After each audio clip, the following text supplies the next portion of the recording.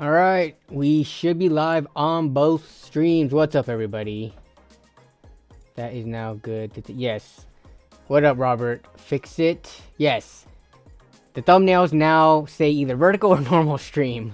So hopefully that should help out. But yeah, someone was complaining earlier saying that they were not able to choose between both stream formats to watch, which is really strange. Anyone else running into that?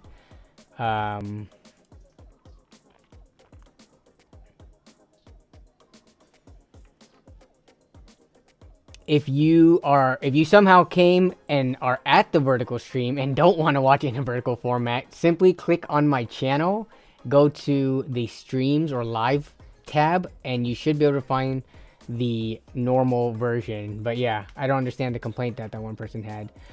But alright, happy Wednesday, everybody. What's up? How is everybody doing? We got Stang 2007 in the house. We got Kale130. What's up, Jason Whitmer?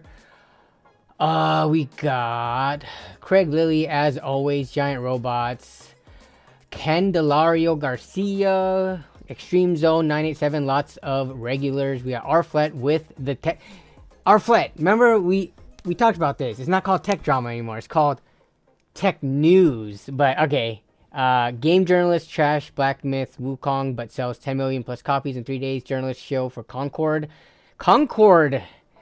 That was an interesting one that I've been seeing in like Reddit and Twitter and stuff often. Has anyone here played Concord? I'm really not into those styles of games. Like, I don't play Overwatch, I don't play Valorant and stuff like that. But man, like, if you look at, can we go to the browser scene without? No, because the browser scene shows the overhead cam, so that's not gonna help. Actually, what the heck? Where did that? Oh, there it is. Yeah, so I shows the overhead cam. I guess I can just do this. There we go. So yeah, Concord. Steam player count on the Steam charts. 24. This is a brand new game. When did this game come out? This game released. It only has it's like 1 week old, right? Yeah, Friday, August 23rd. This game is brand new. And 24-hour peak is 200. Not even, they can't even break 1,000 players. All-time peak 5 days ago, not even 700 players. But right now, there's 187 people worldwide playing this game. Has anyone in this, just given the numbers of gamers that exist in the world, PC gamers, and the number of players, according to these stats, statistically, no one watching this stream right now would have played Concord. But I'm curious to hear if any of you guys have played this. Never heard of this game, says Pikawubs. Bad games sell well all the time. Bad movies, too. How's that drama? It's just gaming and tech news. Yeah. What up, Avery Kettering in the vertical chat? How you doing? We got Michael Levolte. What's up? What's up? 558. Yo, hello, bro. How are you doing? I like your videos a lot. You're a good guy. Thanks for the kind words. I appreciate it. Go woke, go broke. Is this game woke? And also, the go woke, go broke thing doesn't apply to everything. There's plenty of things that have gone woke and are not broke. And I kind of hate that word broke, but I'm not even aware of what Concord's design decisions and character decisions are, but I don't think that's the case. There are plenty of other games with that incorporate like people of color, different sexualities, things like that, those types of themes, and they are doing just fine. So, let's see. Concord is a AAA game that from Sony that cost $200 million to make. From Sony. What good games does Sony make? Spider-Man? Like, off the top of your head, if you had to name successful Sony games, what would they be? I think the Wukong stuff is misunderstood because it's not an American-made game. I mean, some of my friends are playing Wukong. They're thoroughly enjoying it. I'm trying to get a game key from someone who got it from a bundle that doesn't want it, so I can get it at a discount, because I'm not trying to spend $60 on it. There's too many games to buy. And for me, it's primarily going to be for benchmarking, but I'm pretty sure I'll enjoy the game. But yeah, I haven't played it yet. I've just done the benchmark. It seems fine. Most games aren't American made. That is true. But this is the first Chinese made one, so that is a differentiator there. But yeah. I only ever saw a thumbnail from an Overwatch YouTuber. Yeah, so it's like the hero shooter genre, which I don't know. Like, is there a demand for that type of shooter? I guess, actually, Steam and Deadlock. Is Deadlock? Steam charts. Is that on the Steam charts? So, if you look at a game that hasn't even released yet, right? Here's Deadlock. And this game is... I mean, it's kind of been in, like, a secret testing phase or whatever for a bit. But now it's pretty much, if you want an invite, you can get one. There's Discord servers that will send it to you and all that. But Deadlock, a game that isn't even announced and technically invite only with unlimited invites. Almost 100,000 peak, 24-hour peak. Yeah, so with Deadlock, it's just going to keep going up as more people learn about the game and play. Like, the 24-hour peak and the all-time peak are kind of going to be in line until they, you know, they reach whatever point where people are uninterested and stop playing as much. But yeah, like right now, yeah, even the current player count is very close in line with these. So this is like the ideal situation, which is what you usually see when a brand new game releases, right? Like the current players, the 24-hour peak and all-time peak are roughly in line. But yeah, Deadlock is another game in that genre. So I guess we're gonna ask that question: is there a demand or a want for a hero kind of based shooter? Given how popular like Valorant, Overwatch kind of fell off, I guess, but Deadlock being a new game, seeing a decent player base, I guess people still want these types of games.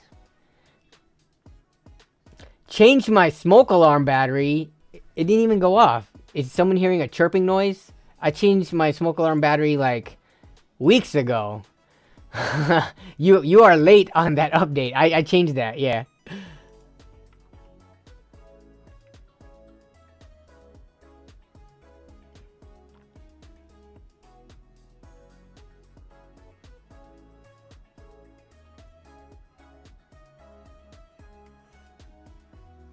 Gaming peaked when Among Us released. I don't know if I would agree with that, Jason.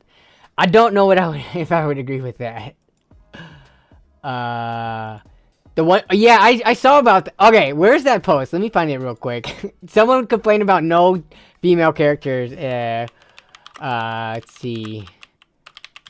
And I saw a random. Okay, here it is. So people are like women characters in Wukong and their real life models.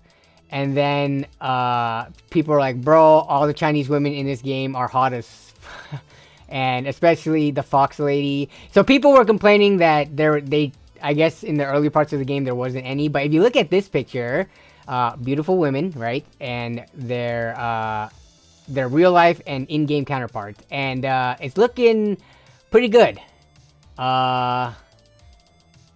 I mean, I haven't played the game yet, so I haven't seen like what the graphics cranked up to the max and the realism could look like. But yeah, you know, if that's what you play video games for, if you're looking for hot chicks and stuff, this game has it. You just gotta play a little bit more than the intro levels. So yeah, but yeah, that's funny that people were complaining about that.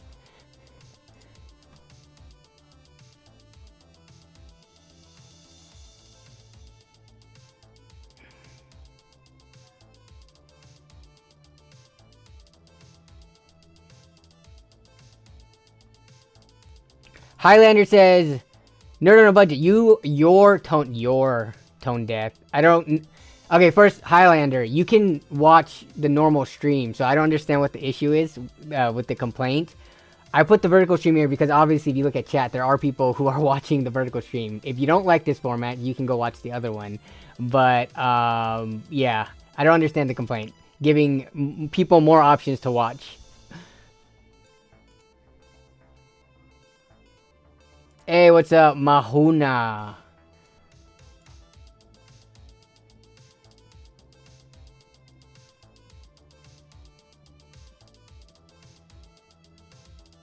What's up, Ripper Reacts? What's up, double hyphens? Someone else would be complaining that... Yeah, no, people are going to complain about everything. You make, like, extra sexualized female characters that are, like, have unrealistic body types, people are going to complain. But then, if you try to make them more like real life, you know, then people are going to complain about that too. So, yeah. I mean, people are going to complain about everything. Those are going to be the people who have, you know, the most sad lives, that they can't get any enjoyment out of anything. And all they can do is complain online instead of, you know, actually going outside to touch grass and things like that. Now, I'm not saying you shouldn't complain about anything, but you know those types of people when you read their comments, that they complain about the dumbest stuff. How's foot doing? Feel like I haven't gotten a foot update in a while. So right now, foot update before we get into unboxing stuff. So I'm able to put weight on my foot. Last I showed, I guess it was on Jason's stream. I'm able to put weight on it, but I can't, like, walk quickly, and I definitely can't run, and I definitely can't do things like open the trash can with the foot pedal that we have. I have to use my good foot for that. So I'm at the point where I am weight bearing on my foot, but there is still some pain, depending on how I walk on it. But in terms of how it looks, let me see. It still has like a discoloration. You probably can't see it from there, but maybe you can. You can see that the right one is still lighter. So we do still have discoloration from it. And my left foot, the bad one, steams up. It's weird. It gets like extra hot. And when I put, because I wear house slippers because I put orthotics. I put these orthotic soles in it to help out with my arch support so my foot doesn't collapse. But when I take out my house slipper, the left foot one is basically steaming, and it's like, it leaves like like, I guess, sweat when I walk around on hard floors and stuff. But yeah, basically I'm on a path to natural healing. There's not much more the doctors can do. They said they were going to look into a bone growth stimulator for me, but they haven't gotten back to me about that yet. So I'm just thinking, like most medical issues, you know, where you go in, you try to figure it out, doctors can't do anything, and then you just naturally get better after spending all that money on co-pays and whatever the heck they do, x-rays, all of that. So yeah, that's the update on the foot situation. Hey, what's up, Hazard Me? What's up, Suitfu Hone? Glad your foot is doing good, thanks. I appreciate it. Yeah, me too. I'm going to PAX this weekend. Actually, it starts on Friday. I'll be there Friday, Saturday, Sunday. And it's a, you know, mega convention, like gaming convention. So I will likely be on my crutch there though, because it is a long day of walking. And I don't want to put so much stress on my foot that it actually gets worse. So yeah. What's up, Henry Bob? Thanks for the kind words. I appreciate it. What up, Gavin Seifert? Okay. So, we've had small talk for about 15 or so minutes, so let's get into the main bulk of the stream, or at least the starting portion of the stream. Let me show these cameras. So, if you remember a couple of weeks ago, we were looking on AliExpress for some budget PC parts, and then we found some X99 Xeon motherboard CPU combos that were like really dirt cheap. We're talking like $30 to $40 motherboards, and CPUs equivalent of like $6 to $10. So I actually ended up after the stream picking up a bundle, I guess the motherboard, we saw it during the stream, but the CPU, I ended up picking up a different CPU. So we're gonna be unboxing this, and I want to set up a quick test bench so that I can ensure that it's working, so that if anything is wrong, I could put in, you know, for a refund or whatever before the 30-day window, or whatever the return window is up. Nothing like sitting on parts for like a few months and then finding out you got a DOA part and then you're past your easy return window, and then you gotta try to deal with RMA, which with AliExpress, honestly, like, I know how good their deals are and how cheap their components can be, but I don't, like, does anyone here buy from AliExpress and had a part die, like, past the 30 to 60 day return window where it's like easy returns, but into the actual like warranty or RMA period? Like, has anyone filed an RMA like after long-term ownership with success. I would like to hear stories about that because that's something I don't hear anyone talk about, and I don't personally have experience with it because I've never had an issue. You know, I actually haven't had any issues at all buying from AliExpress yet. But yeah, so we're gonna unbox this and I'll show you what I got. This isn't everything. I did order a case on AliExpress as well for the build. This is all gonna go into like a cheap build. I haven't finalized the rest of the parts yet. I just bought the AliExpress stuff ahead of time because of, you know, the typically longer shipping times. So there's a case coming which usually takes longer because it's a bigger item. This stuff actually, let's see, can you see in the thing? I mean, the only label that I see on here says that it came from California. So I know AliExpress ships from different like factories all over the world, but this one apparently came from California. That's why it came so quickly. It came in about a week. But yeah. Here, I gotta try to look at chat. But, so we're gonna unbox this. And then hook it up real quick. Hopefully I can power it on and get into Windows and just to confirm that it works. But alright, if you've never bought from AliExpress before, then, you know, it typically comes in bags. Most stuff comes in like these types of plain bags, and then inside you get like individual packages depending on what you bought. Let me make sure. Okay, yeah, so none of these have my address. Let me see. This one has my address on it, so we're gonna face that down. The other ones do not have my address, so we're good. So yeah, we will open up. Let's go from small to big first. Sorry, I can't pull up your guys' chat in terms of like highlighting it, but Jay Gordon says my left foot merch. Let's see how long before flagged. Yeah, I don't think I'm gonna have merch for my foot situation, but here is the CPU. Actually, is what it's looking like. Oh, is this Saran wrap? Actually, no. This is thicker than Saran wrap. This is just, it looks like shrink wrap. Let me see if I can find the... Nope, screw it. We're just gonna cut right through it. We are gonna cut right through it. But yeah, based on the shape, this is the CPU. And the CPU that I got was actually not one of the ones that we looked at on stream. We were looking at different, what is it, 2650 B4s, 2670s, stuff like that. But I think 2620 or 2630 also came up. But oh, the CPU comes in a pretty nice... We got a rubber band holding together this. Oh man, it comes with thermal paste? What? I was not even expecting this. It comes with a little tiny packet, like a little sauce packet of thermal paste. Which is kind of nice, but I'm sure I'm going to buy a cooler for this setup that's going to have either pre-applied thermal paste or its own. So yeah, that should be fine. And here's the CPU itself. So the CPU we are going with is... Can I get it to show in the light? Kind of. My lights are not set up to go this high.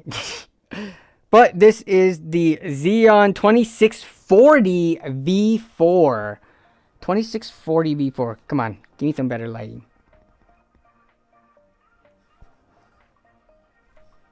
But this, let me look at my AliExpress account.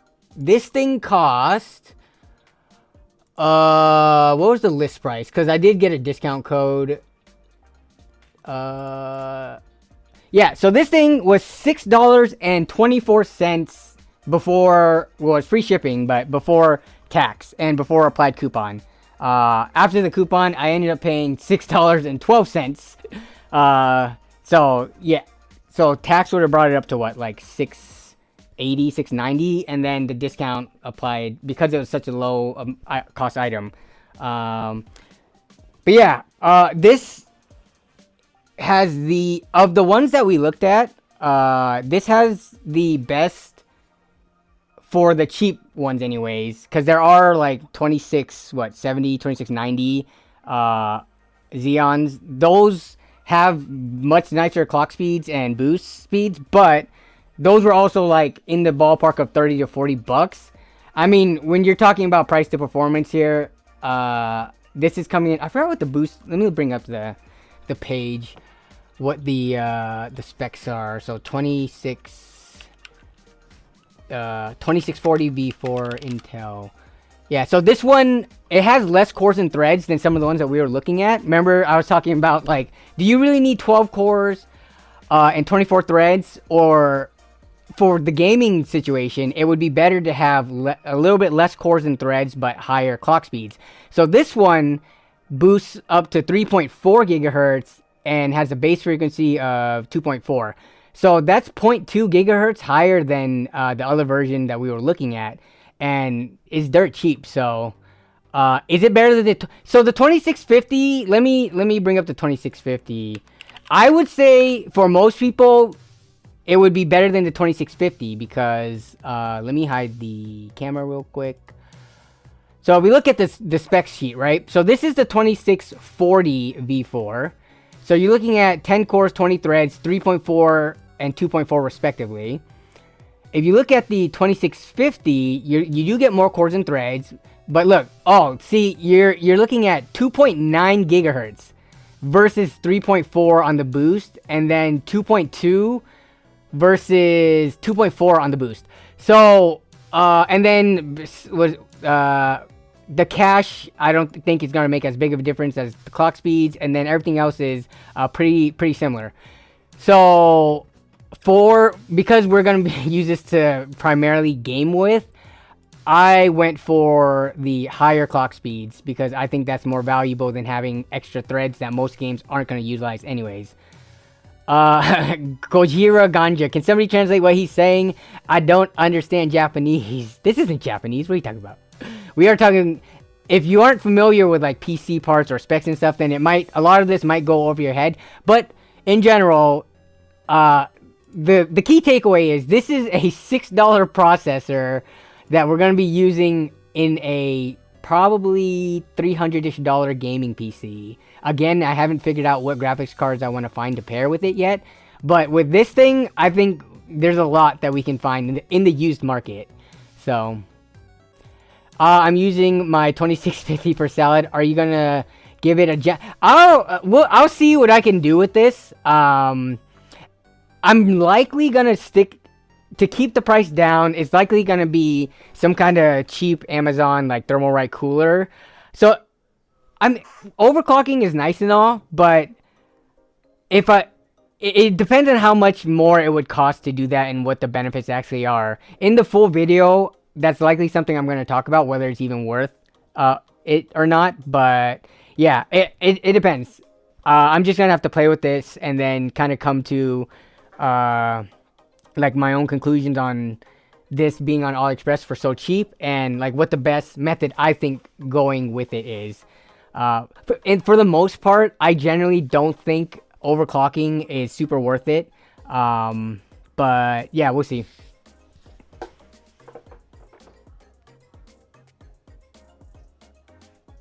Okay, actually, let me put this back in the thing before it gets accidentally damaged. GTX 1070 or RX 580? Yeah, I mean, those are nice sub $100 graphics cards, but if I can find something a little nicer, I think we might be able to squeeze it in and make it a good pairing. Alright, next package up. So yeah, so what I'm going to have to do is, I got to fill out the rest of the parts, like SSD, power supply, depending on what I can find those for. The case for this build, it ended up being $26. I don't know how a tempered glass case from AliExpress can be shipped to my front door for $26 free shipping, but it was there. Hopefully it wasn't a scam. So after I add up all the the totals without the graphics card, it will give me an idea of how much I have left to spend. And once I finalize the budget too, but I'm thinking 300 would be a nice round number, maybe 350 if I find like a good deal on a like a higher end graphics card than the one that we just talked about.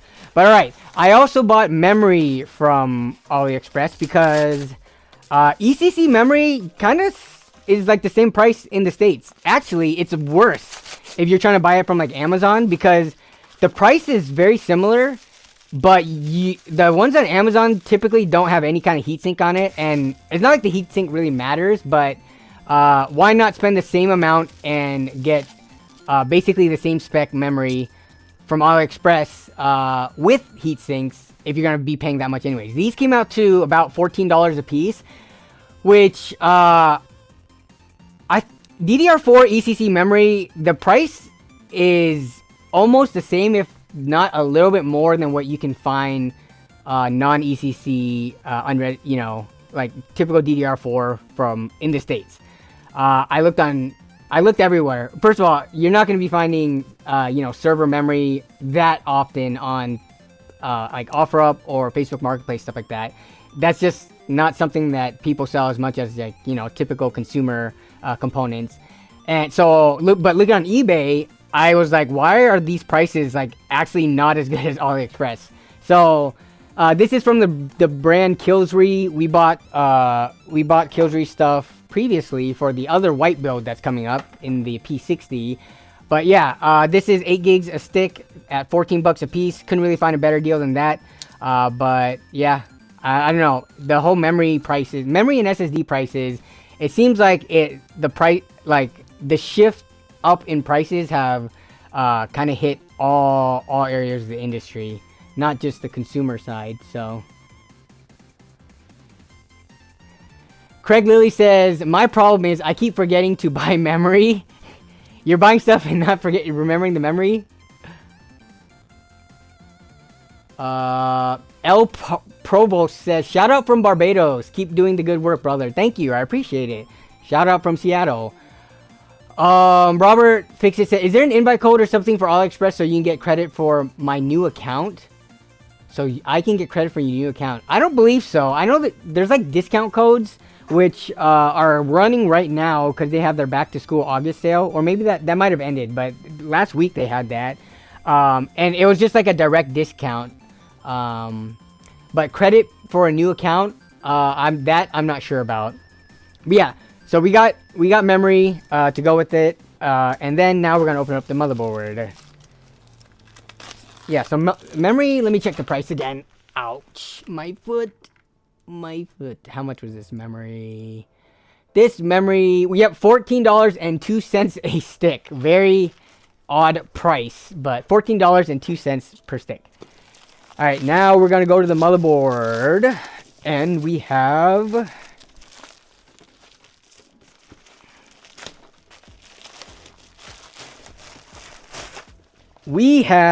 the Zsus, not Asus, but Zsus. Man, look at this dented box. Can you see the indentation a little bit from the angle that I'm showing? We got some crushness going on here, but yeah. So Zsus X99. Can you read this? Is it? Yeah, you should be able to read that. Zsus X99 P4 motherboard, DDR4 desktop memory, some generic stuff, but this packaging, just like a lot of other AliExpress motherboards, is just, you know, the company's generic box for it. It does not specifically say the motherboard model anywhere on here. It's just the company name and then generic gaming motherboard. But let's take a look and see if this thing survived the trip. Yeah, so you can see the box got a little bit beat up. And that's just what happens when you don't package things in a box like what Amazon or Newegg would do, and instead package it in a baggie. But there are levels of protection in here, and it looks like, hopefully it, let me see. Yeah, that should have made it just fine. The part that got dented in is where the CPU is, which has a cover. So, alright, so we got our SATA cable and the rear I/O shield. And let's take a look at the motherboard itself. So we got the green and black motherboard. We were kind of questioning whether or not we want to do a white build or not, but it just happens that I just picked the cheapest motherboard. Like, especially since I couldn't find the combo, the white combo with a 2640 chip, and I really wanted to go with the 2640. I just paired whatever cheap X99 motherboard I could with it. So here is the board itself. I'm just realizing now, the case that I got, I don't think it was micro ATX. There's nothing inherently wrong with it, except it's just gonna look funny. Let me see. Oh wait, no. I did get a micro ATX one. Sweet. So I got a micro ATX case. Oh, thank goodness. Otherwise, people are gonna complain that it's gonna have that weird gap on the bottom. But yeah, here's the board again with no CMOS battery, but you can pick those up literally at like the dollar store for $1. And let's see, we got a single M.2 slot, 4 memory slots, USB 3, no USB-C of course, because this is that old. And yeah, that is the board. So that is everything that I got in so far. Last thing from AliExpress will be the case, and then the rest of the parts I will source from here. I might reuse the what's it called? The SSD that I got from the other build. But it just depends on if I can find a better deal or not. So let me clear all this trash out. And then let's get this thing set up so that we can power it on and make sure there are no issues. Let me look at chat for a second though, because I have not been able to focus on chat since I've been unboxing. We're just gonna do an on the box test bench. Micro ATX is better. Give me blah, blah, blah, blah, blah. Micro ATX is better than the last case you built in. More room, the better to work with. Yeah, let me show you the case that I actually bought. It's actually still relatively on sale, it looks like. No. What are you doing? What are you doing? I need to highlight this. Where's the color? Okay, apparently I cannot. Okay, so let's show this. So this is the case that I bought. Yeah, see, 23 bucks. How much did I spend on it? I spent $26.31. I think this 23 is like the intro if you first make an account type thing, but yeah, I paid $26.31. So it is a micro ATX desktop case. It's got, I mean, they say without a pillar. So you got that tempered glass to tempered glass look, and you know, it's got power supply basement. I don't know what the quality of this thing is gonna be, given that it's so cheap. It's under 30 bucks, but when you're talking about like a 30 or a $300 to $350 build, you don't complain about these types of things. You just have a case so it holds all your components and it powers on. You don't get the luxury of like choosing premium cases and premium features. Oh, they had a white one too.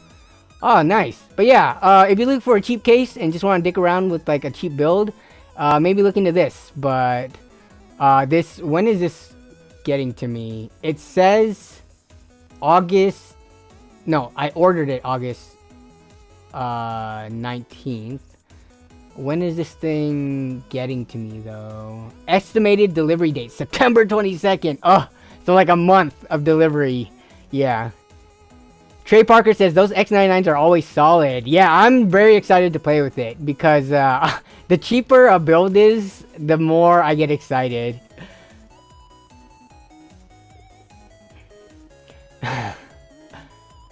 Here in Venezuela, those are very popular. Saves my ass from gaming on a first-gen i5 a couple years ago. Yeah, I think the value is going to be really hard to beat. When you're talking about a $30-something motherboard and a $6 chip, like, to get an equivalent of that in the used market with like a Ryzen or something like that, or I don't know, 6th, 7th, 8th gen Intel, like, those are still going for quite a bit. You have to get a good deal. So it's either you spend all this time deal hunting, hoping for like a really good lucky deal, or you just go to AliExpress where there's like no effort. You just buy these parts. They're available 24/7, and you know, just call it a day. There are downsides to it, and we will talk about, or I will talk about them in the videos, because obviously there's no upgrade path, right? But again, $300 to $350 build, you don't really expect upgrade path unless you get lucky enough to get an AM4 like, you know, motherboard and platform. Then you get quite a decent upgrade path. But yeah. That's the case. Let me go back to the bench, and we are going to quickly install this and get it running. So I'm just gonna sit this Hyper 212 that I have sitting around. I don't even know how over the years I've obtained a lot of these Hyper 212 Evos without the proper mounting brackets. I have like 3 or 4 of these things, and it's not worth it. Maybe AliExpress might actually have some cheap brackets, but usually if you go on like eBay or Newegg or Amazon and try to buy brackets for these, like, I'm not gonna spend $10 on a bracket when a whole entire cooler that includes a bracket costs like 17 or 18 bucks. So I just have a bunch of these laying around that I just use for testing. Like, I will just hold it over the CPU with some thermal paste just for like when I need to boot something on real quick. But yeah, so we've got this. We've got a low profile GTX 750 Ti. And I use this for testing because it doesn't require any extra connectors. It's just powered through the motherboard, so that makes it super easy. Oh yeah, and then I just got whatever power supply laying on the shelf. Here's an EVGA 750 BQ unit. And then we've got the monitor. I need to grab the mouse and keyboard. Give me a second. Alright, so then we also got the mouse and keyboard. So let's see if I can get everything set up here really quickly, so we can power this thing on. So we will start with the CPU. Come on. Let's see what chat's saying. Back in Sandy Bridge days, the Hyper 212 was the GOAT. Honestly, what Cooler Master needs to do, and some of their newer coolers are, like, they go on sale for around 20 bucks. Like the updated Hyper 212s, Hyper 212 RGB, etc. They need to release a cooler that is just like that price standard, because there's so much competition right now that it just doesn't make sense for them to have their coolers be priced at around 30 to 40 bucks when that's just like the standard price. So the chat's being covered by something right now. Frame Ripper says, I got everything you just posted minus the board. I bought the Mogo X99 16 gig 2650 V3 combo for 60 bucks. Is that 16 gigs of RAM that that single stick? Cuz we saw those when we were deal hunting for them a couple of weeks ago, and I don't know why none of them offered good deals for like 2 sticks of memory.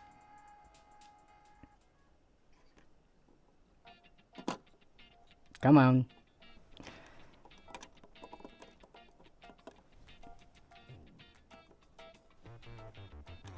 I gotta turn this thing sideways.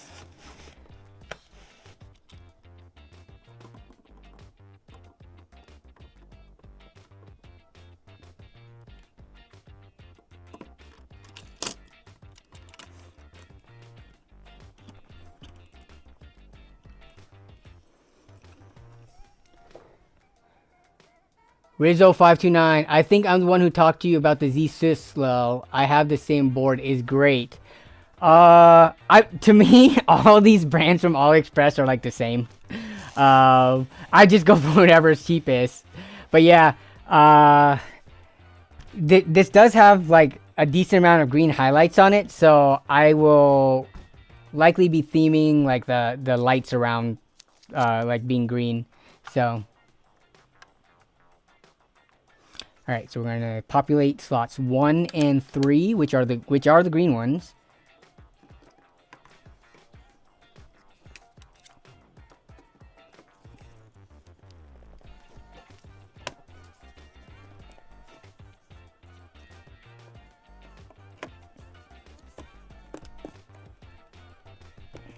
See, what I'm gonna have to do too is I haven't even shot B-roll of I have not shot B-roll of all this yet, so I'm gonna have to take this apart, repackage them up, and then shoot the B-roll for the video of the unboxing.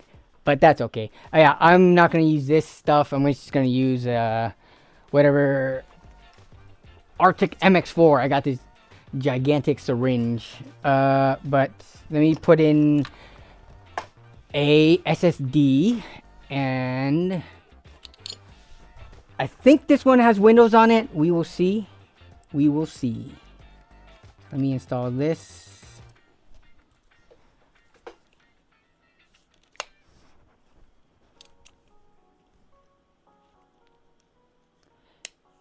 Built replacement the 2650 today with the 2667B3. What are the specs on that one?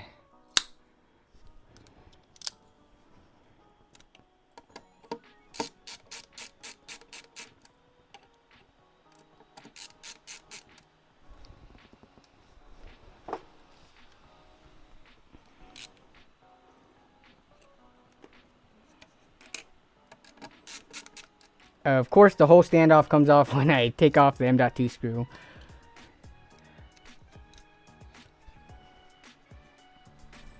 Let me just quickly tighten that up real quick so that it doesn't do that again. Usually I just use pliers to do that. Just get a nice little twist on it, and it shouldn't come off anymore. There it is.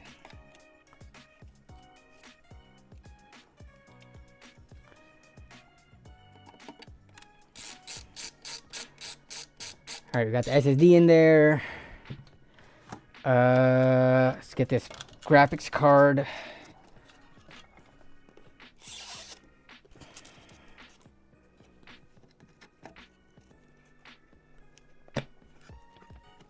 And then it's going to be able to hold itself via the box on the side. Gotta plug in this power supply. Okay.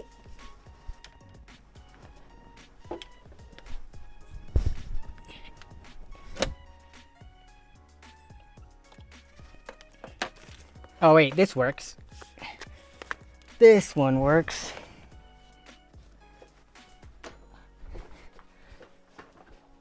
Alright, so power supply. Plug in 24 and 8 pins.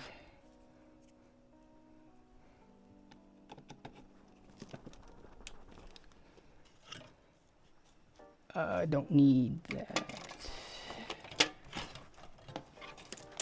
This is a mess. There's crap everywhere, but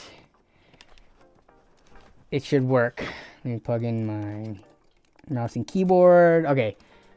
Are we good to go? Minus me plugging in the cooler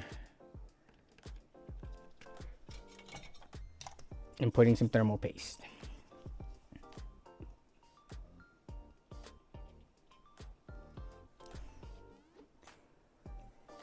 And we're just gonna do the good old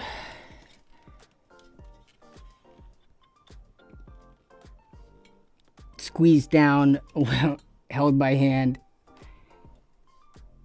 All right. I think we're good to go. I gotta plug in the display. But as long as you have a Microsoft account, you can just tell it you change your hardware and activate it. Yeah, let me think. Can you do that with gray market keys? Because I feel like that's what everybody has nowadays. Like, everybody uses gray market keys. So when you change your hardware, technically that isn't allowed. Like, they'll say it was only meant to be used, like, one-time use for OEM systems, and you're not supposed to be able to hop around hardware with it. But I'm actually not sure, because my personal Windows account, I actually have a legit version of Windows, but I did not pay anywhere near $100+ for it. My buddy worked at Microsoft, so I was able to get the friends and family discount, which brought it back basically down to the price of a gray market key.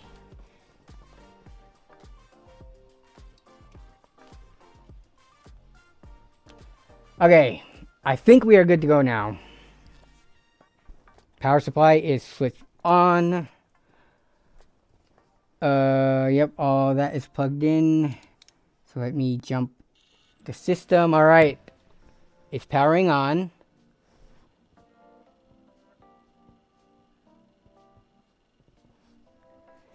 Do we get a signal on the... Uh-oh.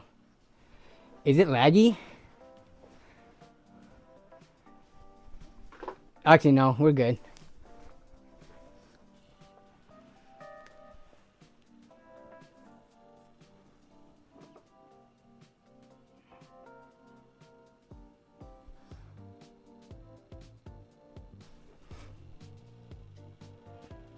Okay, there we go.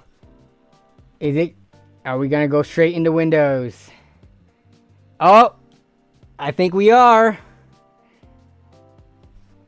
So I chose the right SSD. The cooler spinning. Okay. What the? Okay. Just choose for yourself, Windows. Cool, cool. Here, let me turn off this light, so it should be easier to see. I'm gonna read chat while this thing tries to get into Windows. It's just like reinitializing because of the new hardware. Gray market OEM usually works as long as the mobile is the same, tied to the UEFI. Yeah. Wait. I'm trying to think. I could have sworn I've swapped only the CPU before, and I've had a message pop up saying that Windows had to be reactivated, but don't quote me on that. In my mind, that's a memory, but that could be an incorrect memory. Are those gray market keys worth the $20? So it's kind of hard to say. It depends on your stance on piracy. Actually, what would you... So, who was it in the chat earlier? I can't. The mouse is over there.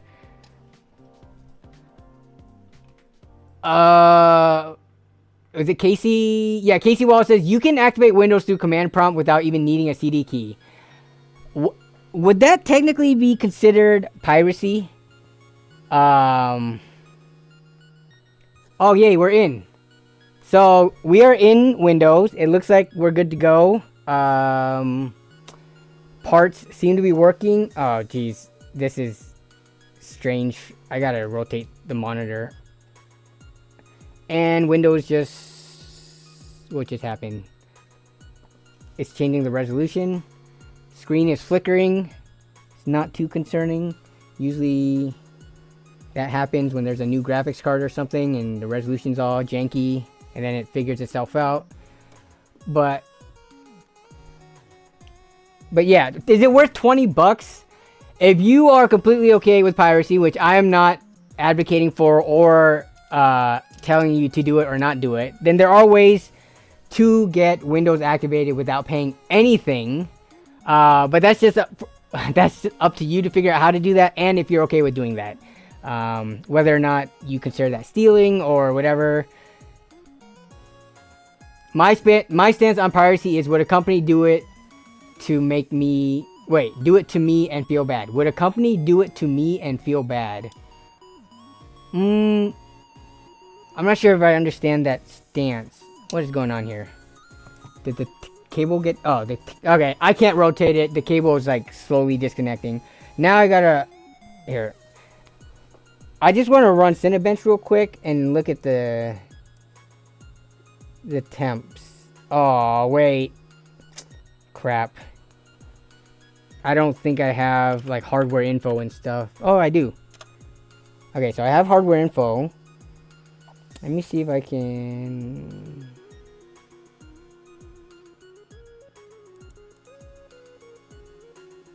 Okay, I got Cinebench. Oh my goodness. All these programs are popping up. And they're looking for the internet and all that stuff. Okay. Where are you? Okay, so we're just gonna quickly see what the temps get to with this janky CPU cooler pressure that I'm applying.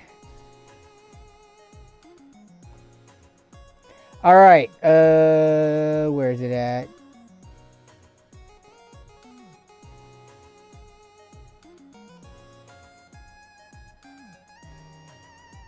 CPU's reading negative 125. Nice.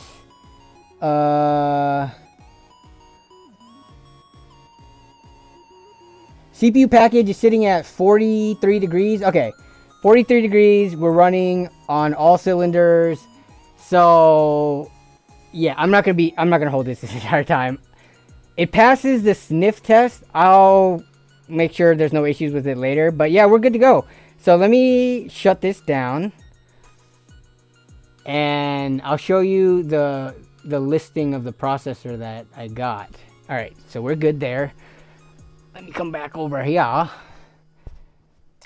And we'll take a look at... Okay, so let me find the CPU. 624. Okay. So this is the CPU. Nope, that was not it. The link did not copy. What are you doing, computer? Okay. Whoa, look at this. Welcome deal. This is the exact listing I bought. 99 cents. This... If you've used AliExpress before, you're not going to be able to get this CPU for 99 cents. And look at this. 99 cents, free shipping. But that normal price right here, that 624 that you see, that's how much I paid for it. And yeah. So, obviously, this is not a modern CPU. This is old. This is how old now? Launched in Q1 2016, right? So, that's 8 years old. But, at the time... It was a $939 MSRP processor. Processors typically can be used for a very long time until they become completely useless and garbage. Much longer than GPUs. But especially this one being high-end too. So, yeah, this is going to be fun to play with. Yeah, so we got that. We've got the case. And we've got the motherboard. We're all good to go. Xeons, woo, what up, Chris? What up, what up, what up? Yeah, I'm talking about your favorite subject, Chris. High Rider says, would Amazon take my stuff for free and feel bad? I think they wouldn't care because of how they treat customers currently, so I don't feel bad for companies. Okay, so I think, and again, this is not me telling you going out to pirate Microsoft and stuff, but Microsoft, I think, doesn't care if you pirate Windows or not, as long as you're using it, because when you're using it, you are giving them free data. You are paying with, you know, even if you shut off all the stuff, I don't think it's possible to completely like prevent them from getting your user data. But yeah, I don't know, like using Microsoft and being the you know, like being their customer and just constantly feeding them data. I think you could, some people, I'm not saying you can, but some people could justify that as being enough to pay off the Windows key if you pirated it. But that's for you to decide, right? Every company's Evo, you can justify whatever you want, says Jason. That's true. The value you can extract with the incredibly low secondhand price of the CPUs is amazing, but to get the cheapest does give up some performance, unfortunately. Still awesome, though. Yeah. This CPU won't meet security requirements for Windows 11 either. Yeah, so, you're at least you won't get that annoying. Do you want to upgrade to Windows 11 prompt, which I've been getting on my current system because I'm still on Windows 10. Who here is on Windows 11? I am on Windows 11 on like my laptop, but for my main system that I do gaming and video editing and all that stuff, maintain the YouTube channel with, I'm still on Windows 10. I don't think there's anything wrong with Windows 11, but I'm just being stubborn in not doing the upgrade. Also, I don't know. I'm sure it'll be fine if I did do that pushed update, but whenever I use a new operating system, I like it to be a fresh install. So the day that I do decide to go to Windows 11, I would like to do it via a fresh, like a reformat, and then starting fresh on Windows 11. I don't want to carry over a Windows 10 to Windows 11 conversion, if that makes sense. And I reformat every few years anyways, so whenever that comes up is likely when I will hop on to Windows 11. So Windows 11 is still not optimized. It's pathetic, really. I'm still using Windows 7, says Casey Walls. I can't tell if you're being serious or not. If you're being serious, what reasons do you have for still staying on Windows 7? On your main PC. I'm not saying like on a secondary or side PC or like media console PC or something. I'm saying on your main PC, you're saying you're still using Windows 7? I don't even remember when I started using Windows 10. I think it was, if I had to guess, like, when did Windows 10 even come out? Let me see. Official release. Because I remember for a while, Windows 10 was basically given for free for you to upgrade from 7 to 10.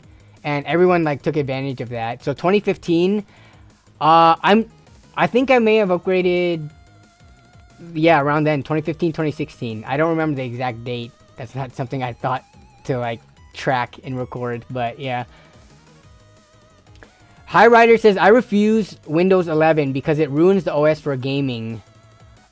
Which specific game? Like, ruins it? Or just, because with the whole, like, well, no, the hardware unbox thing was, if they didn't, like, they used some version that wasn't even available yet, right? Which is why they got better performance, which is kind of weird, but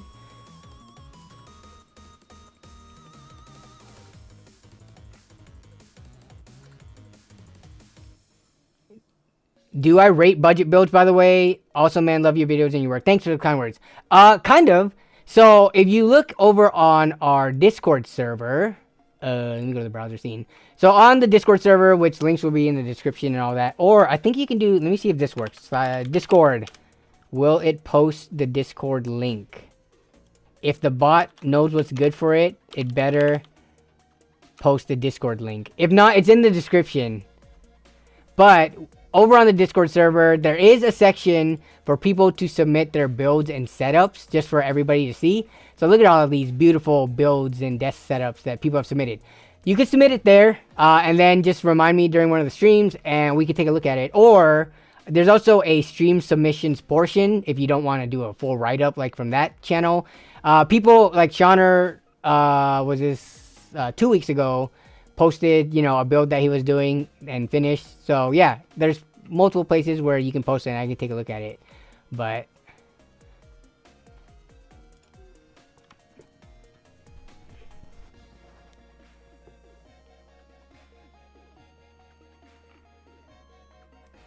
Robert Fixit says, I'm daily driving Windows 11 as of last week as an experiment to see if I die or not. You're not gonna die, Robert. It's fine. So my test bench, I also put Windows 11 on, and just in the, like, using it, it's fine. I'm trying to think of, like, in terms of how dramatic the update is. Going from 10 to 11, it's not like they moved around a bunch of stuff that makes things that you're used to finding, like, harder to find. Like, UI-wise, okay. Well, UI-wise, all your taskbar and the icons and stuff like that it's default to the center, but you can move it right back to the left side if you want. But yeah, there's nothing like inherently wrong about it, aside from me not wanting to do like the conversion. Mark, last name redacted, with the $4.99 super chat. Thank you, Mark, for the super chat. Why did they get rid of the? Okay. So there are. Is there a way to bring it back? Let me see. I feel like that's a common complaint. Windows 11 minimize all button. I use that button a lot, by the way. For my own computer, I use that all the time. So minimize all button bottom right. Let me see. Yeah, you make a good point. Little stuff like this, especially how much do you have to gain from going to Windows 11? Even if over time games become like more optimized to perform better on like the newest version of Windows versus older ones, is it ever gonna be like a huge amount? We're talking like double digit across the board. They removed the ability to minimize all. Okay, is there any like way to bring it back? Some kind of mod? Hey, all the show desktop option is now disabled. It's disabled by default. You can easily re-enable it and toggle if you want to turn off the Copilot buttons on the same page. Okay, yeah. So this is what I thought would be the case. Kind of like how all your icons or all your like programs and stuff are defaulted to the middle. There are options to bring back what you're used to. You just have to kind of dig for it. I personally, like, I can't search for that right now, but apparently there's a way to do it. Oh, there's a screenshot. Let me see if I can bring that up. Settings, okay. Copilot, yeah. Okay, select the far corner to show desktop. Okay, so this is it right here. This has to be it. Because minimizing all windows is showing desktop. So there is an option.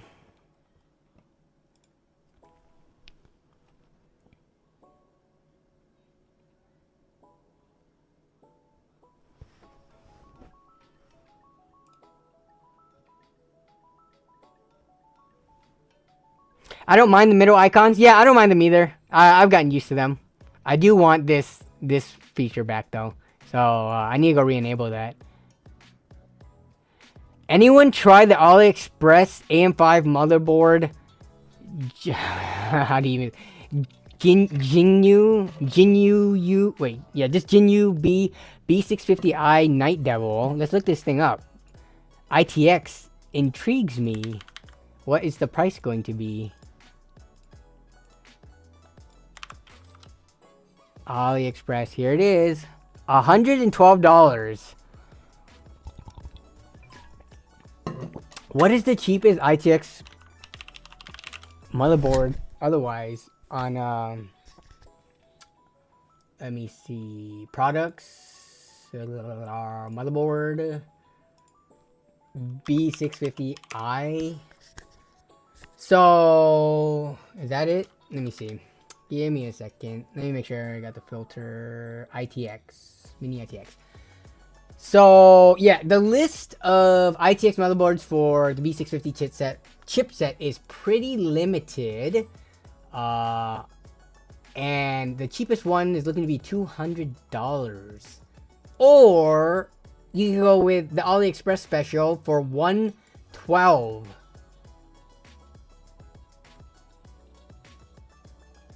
Dude, you could buy this and a 7500F for under $250. That's like a very modern platform, a very modern chip. ITX form factor for $250.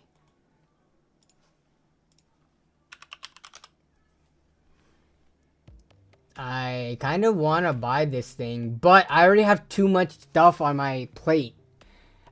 I think, okay, just keep reminding me of these things like in the coming months. I will eventually buy an AliExpress AM5 ITX board. I just can't right now. I have other stuff I need to get off my plate first. But yeah, if anyone has tried this, let us know. Honestly, I think this will be just fine.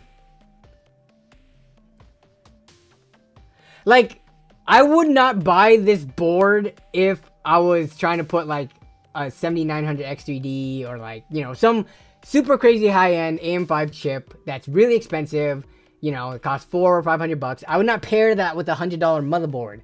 But if I'm going to be buying a $130 7500F, I would be perfectly okay, especially it's such a low watt, it's like a 65 watt chip. I don't think you would really run into many problems. And the price difference between this and the alternative being $200, that's a huge discount to me. And I mean, 198 sold, 32 reviews.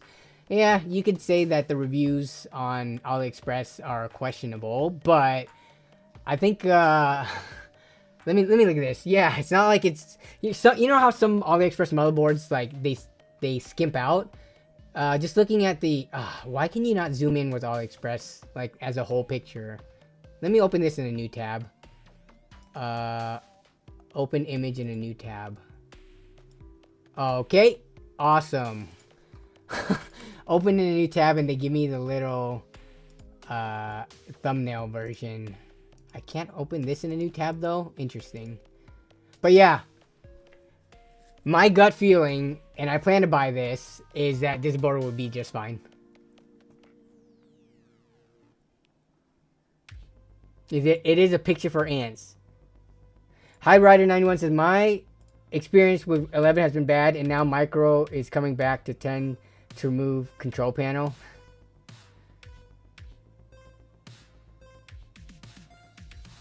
I got a B450 for like 99 bucks. Yeah, look at that. B450 boards are surprisingly expensive unless you buy it used and get a decent deal. Like if you want to buy I mean, I'm talking about like years ago, but let's see, like B450 motherboard, like the low end B450 boards, I guess you can still find some for 70 bucks. Oh, okay, 60 bucks. That's like the really low end boards. But if you want anything that actually has some kind of a heatsink on the VRMs, then you're looking at like 75 here, and this is still a pretty dinky board. This is a DS3H. I mean, it does the job fine, but if you want something a little chunkier, like the Steel series, the Steel Legend rather, where's like the Phantom, where's the Tomahawk, the Pro from MSI, you're looking at least 100 bucks. Joe G says, hope you guys are right about the AM5 motherboard. If I had to bet and put money on it, I would bet that that board is going to be just fine.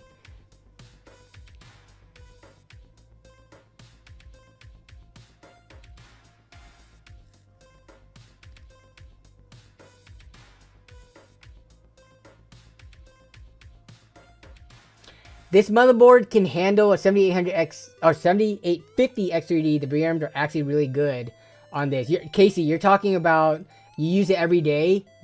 This one, is this the board that was brought up? And I don't know if it was by you or someone else in the chat, Casey. Like months ago, someone brought up AM5 ITX board. Is this the only B650? Do they even call it B650i here? Yes, they do. Okay, is this the only AliExpress special? No, there's that one's 182 bucks. Never mind, because that's from MSI. We've got ooh, what's this one? Wait. Is this like a non-Wi-Fi? Give me a second. 93 bucks. What is the difference between these two boards? Or is this the exact same board and this listing is just even cheaper? Oh no, this has shipping on it. 20 bucks. Okay. So it comes out to roughly the same price. This one's free shipping. Okay, what other boards? Here's another one for nope, that's from the same brand. Jinyu. Yeah, so all these are Jinyu up until you get to like MSI for closer to 200 bucks, like in the States. So okay. This is the only like budget AM5 ITX option on AliExpress. Just multiple listings at slightly different prices. Okay, yeah. Okay, yeah, I figured it was you. Casey was the the AliExpress promoter who does not get paid to promote AliExpress. But, you know, when things are good enough to share, you should do it whether or not you are getting paid.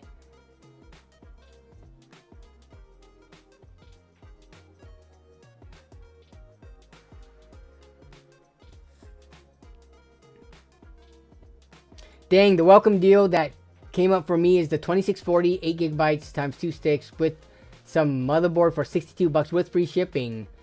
Let me see, about $30. Yeah, so I think I bought. Let me see what I bought the parts for. So we're talking $6 plus 28, so that's 34. So I ended up buying them for about $70, so a little bit more expensive than $62, but I feel like your welcome deal, you should, if you have a purchase that you need to buy that might be more expensive, like a more modern chip, like, you know, the 7500F or something, right? Like, I don't know if I would want to use up a welcome deal on something that's already so cheap.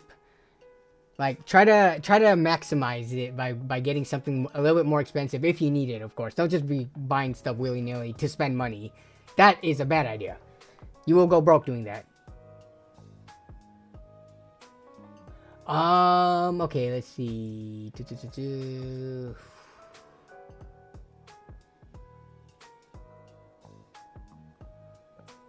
I posted this a couple of weeks ago, or a week and a half ago, because I kind of wanted just to randomly talk about it on stream. You guys remember this company? It wasn't even that long ago. Like, this company came and went-ish. And within the last 10 years. It's not like they've been gone for 10 years. But I have very fond memories of using these coolers. Especially near the earlier phase of my YouTube career. These were like, before Thermalright and stuff came around, these Cryorig M9 coolers, which performed as good as like Hyper 212s at a pretty fixed $20 price point, was like, any chance I could, I use these things. But I'm kind of sad. I like the design of Cryorig coolers, but I guess, like, with how competitive cheap coolers are these days, let's take a look at Cryorig coolers. They stopped selling in the US. I don't exactly know why. Cryorig used to be sold on Newegg and Amazon and stuff like that. You might still be able to find them, but I don't know if it's Cryorig. Yeah, if you find them, they are typically going to be from third-party sellers. Like, what is this distorted image? This is being sold by Super Phoenix. But you're not going to be able to find them for what they went for. Like this 8.7, I believe this was like a $40 cooler-ish. And then the M9s were $20 coolers. And if you do find anything from them, they're pretty much going to be overpriced now. But I like the design of their coolers, though pretty much Thermalright and ID cooling and stuff makes the same looking things now at good prices. It was just so weird how they were a pretty popular brand, affordable, even though they had products, you know, ranging from like $20 coolers up to like closer to $80, $90 like coolers. Let me see if I can find them actually. Like some of their more expensive H5 Ultimate, where's like the really priced, the R1 Ultimate. So yeah, they had like these more higher end coolers. And this is as big as the picture went. And then all of a sudden, they just stopped selling in the US. I forgot what year this was around. Like 2018 maybe? That Cryorig just completely left the US market. Apparently, they are still around. Like, does this say where I can buy these? I'm guessing they are mostly in like the Asian and European market now. Because you can't really buy them easily now in the US.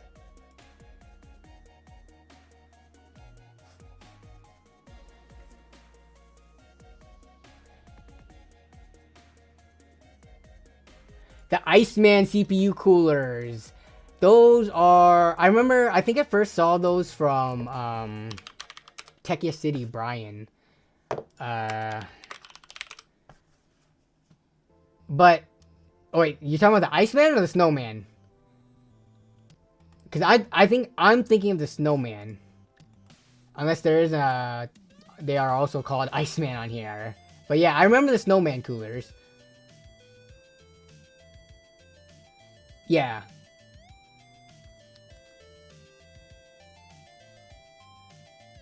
Danny needs to replace the ARC 770. I get for video encoding, but for playing games...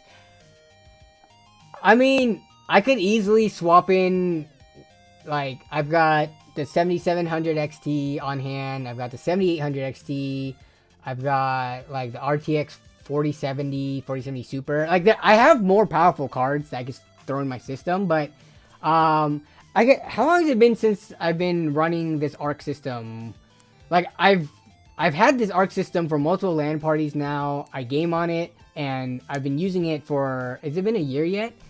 I guess I could end my user experience with the Intel ARC cards, but right now, I'm too lazy to take apart my system to put in whatever card, so...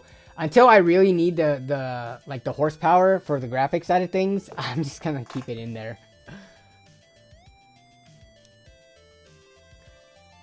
Yeah, I mean, I've got options. It's just I don't feel the need to do it, so...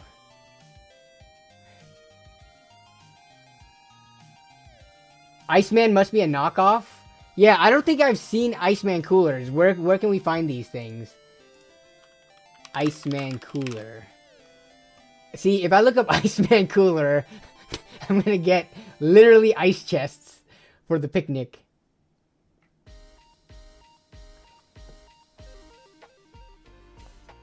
That's where Intel is trying. Is there any new rumors for Intel Battlemage? Rumors, like, is there anything recent? Digital Trends has an article. Gamers Nexus with the Gamers Nexus article. Yeah, they're bringing back the articles, because for a while Gamers Nexus kind of put the article and written stuff aside for like the video stuff, but it looks like, I mean, June 2024 Battlemage, so they are looking at what's it called, or they are showing some focus on this. Okay, Intel is has official Battlemage information for its next GPU architecture. Picture below is one of the first motherboards with XE2 on it. Okay, I'm looking for dates and stuff. Oh, so this, yeah, the written article is adapted from the video.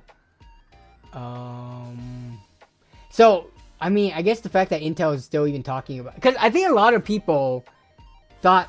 There was rumors that Intel was going to stop after Alchemist. After, like, poor sales and stuff like that. But it's looking like there's more information pointing towards that not being the case. And we are going to get Battlemage. But when is what I care about the most? Yeah, I mean, there looks like there's quite a bit of information that's publicly known. Everything we know so far from Digital Trends as of this month.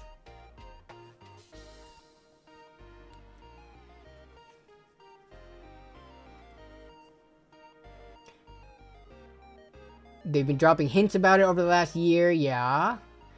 But there's no dates leaked. And probably, of course, no performance numbers leaked. So yeah, oh, pricing and release date. Battlemage production started in the first half of 2024. Oh. In addition, Intel itself shared a slide with Japanese media outlets showing a new GPU launching in 2024. I don't know if Battlemage is targeting very late 2024 or early 2025. I mean, it's already... We're about to be in September soon. You've got 4 months left of the year. Last quarter. What was this roadmap? I've seen this roadmap before. Early enabling. Okay. Yeah, they definitely... This was a Q3 2022 roadmap So 2 years ago, yeah, they're definitely not following this this pacing anymore. I know not everyone likes it, but I like the lighting on those cards. Are you talking about the limited edition ones or like the Acer ones, or which one?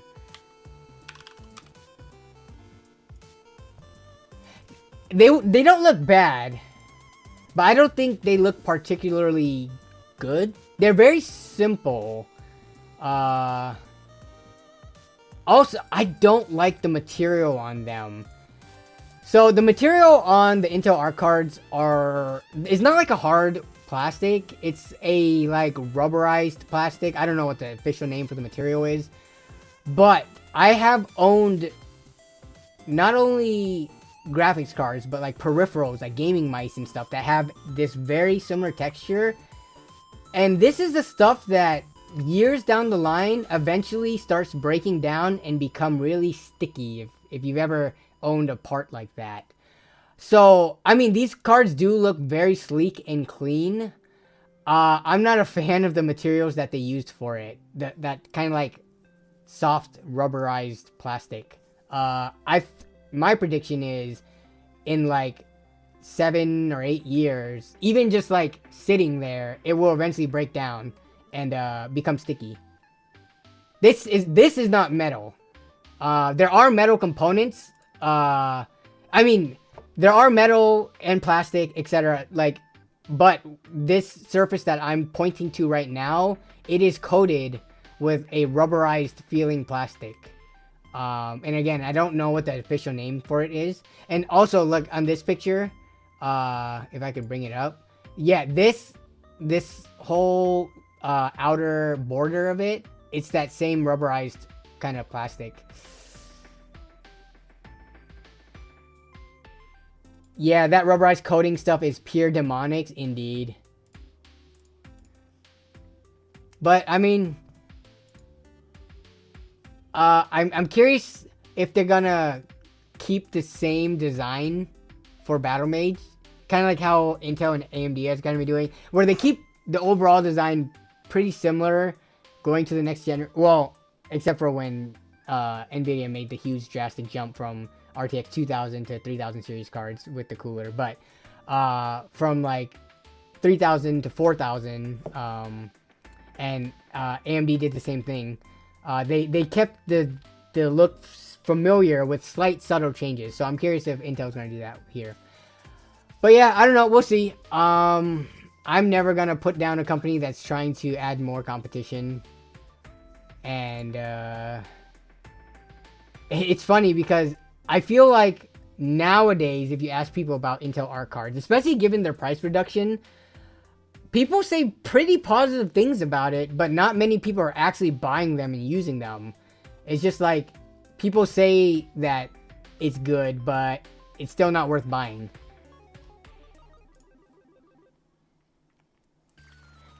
Wait, I don't remember what Gamers Nexus is, what their thoughts were on this when it first dropped. I feel like they weren't overly negative about it. It's funny because given the price, does anyone remember what their coverage on the ARC A770 was? I guess we could bring up the video, Gamers Nexus, and you might be able to tell by the thumbnail and the title. Intel Arc Revisited. Okay, Intel's A770 is incomplete, is what they said. And then glue and tape with the, like, oh no, look to it. Okay, so not that positive. I feel like, though, even though Steve's, like, review of this card wasn't that positive, it wasn't necessarily as negative as something like the RTX 4060 or the RTX, or not the RTX 4060 only, but like which was it, the i7 11, or is it the i9 11th gen, whichever one that dubbed the phrase waste of sand. I feel like with Intel, even if a reviewer has negative things to say about it, it's always backed and this is how I found it too, right? Like, it's backed with, it shows promise, and it's a good thing for the industry overall. So they never, like, I'm not sure if I've seen someone like beat down Intel Arc card reviews as much as people beat down like Nvidia or AMD cards when they launch.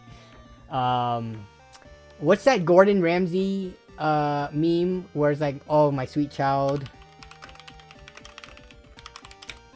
oh dear, gorgeous. Yeah, where he hugs the one person, but then in the adult version of the show, he says, what are you, a wanking idiot or something like that? I feel like that's how they treat Nvidia and AMD versus Intel Arc cards.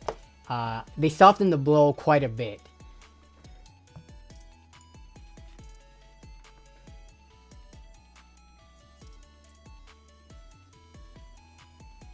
Rad Robot says, when are we going to admit to ourselves that Gamers Nexus is really a drama channel?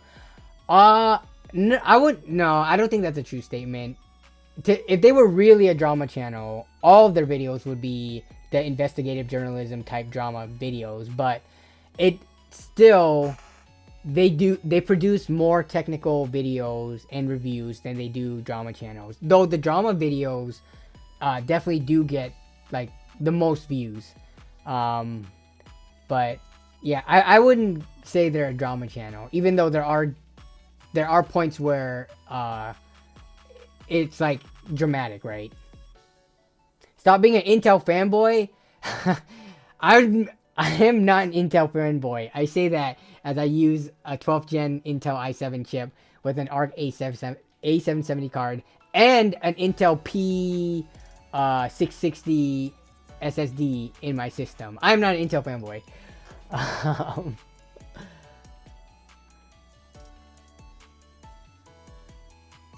Intel stock still $19. Oof.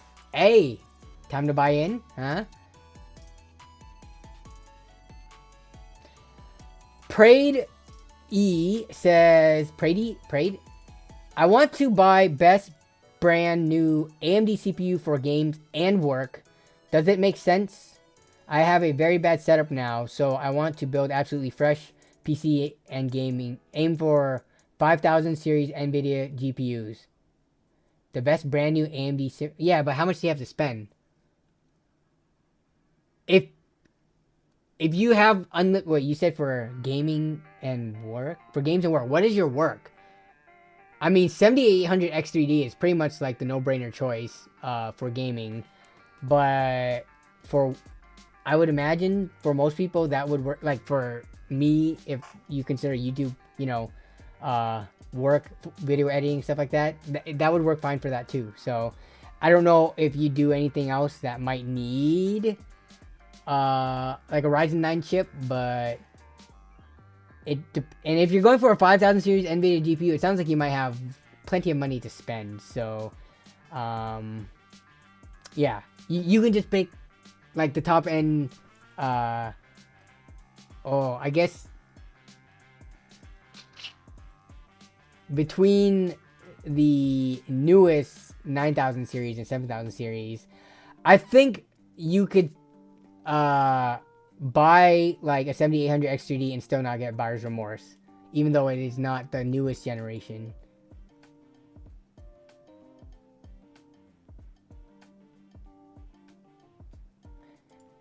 Gavin says, how do you use one SSDs for multiple test benches and motherboards?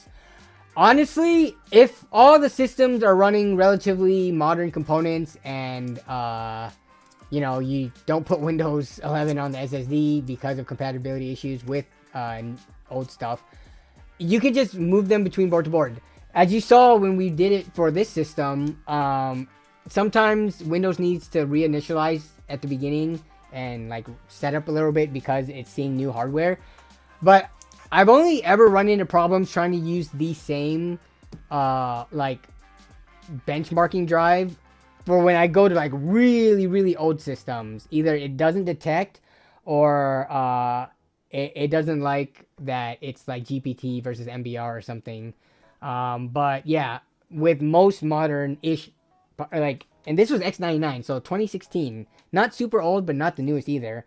Like, that benchmarking SSD I threw in it, that was also used for, like 12th gen AM4, AM5 type systems. So, yeah, you can just plug it in. Usually it'll work. If it doesn't, then I've not had much luck trying to get old systems to recognize like a Windows 10 partition that was set up with a newer system. But just try plugging it in. Usually it works fine.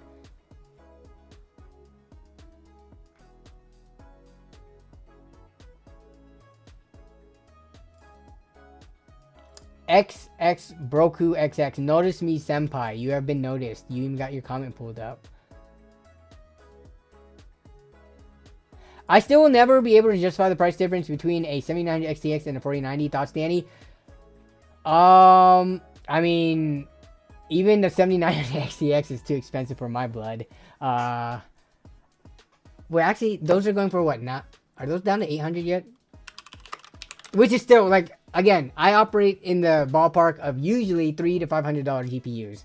And 500 is, like, on the high end. Yeah, so they are down to, like, it looks like 900-ish, a little bit under 900, 8 something. You can, ooh, what is this one? That's an XT. The XTs are noticeably cheaper. You can get XTs for what, like 6 something, 700. Where did they all go? $699. But to answer Casey's question, between a 4090, so that's like what, a $700-ish difference, 700-800, depending on what you can actually get a 4090 for. I am not gonna knock people who want better ray tracing performance, who want the specific DLSS features locked behind those 4000 series RTX cards. I'm perfectly fine with using FSR, but some people say FSR look like garbage compared to DLSS. They probably have better eyes than me, or they're trying to kid themselves into convincing themselves that they didn't waste a ton of money on a more expensive graphics card. I don't really have that strong of opinions on this one. People are gonna like NVIDIA, and they're not gonna change their minds about it. I'm trying to think in my life, like, it would be hypocritical of me to like talk badly about people who want a 4090 over a 7900 XTX, given their price difference. When, oh, okay, here's an example. I own a Dyson V10 cordless vacuum cleaner.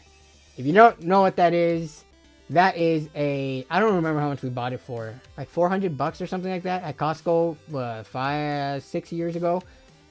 There are alternatives to the Dyson V10 vacuum cleaner, like from Shark or some other brands, that could mostly do the same job of vacuuming up your house without being plugged in, you know, stick vacs. But my wife and I decided that we wanted something that worked really well. The battery on that thing is great. The suction power is great. We haven't had issues in it in the 6 years that we've owned it. And it makes it so that a chore like cleaning, which you typically don't want to do, it makes it so that it makes it as pain-free and effortless as possible, minus a robot vac, which we also do have. But the robot vac, it can't do stairs and it can't do the upper levels and stuff, so we still have that. So yeah, like, I understand wanting to buy a more premium, much more expensive product because you feel that you have a specific use case for it and you get your money's worth out of it.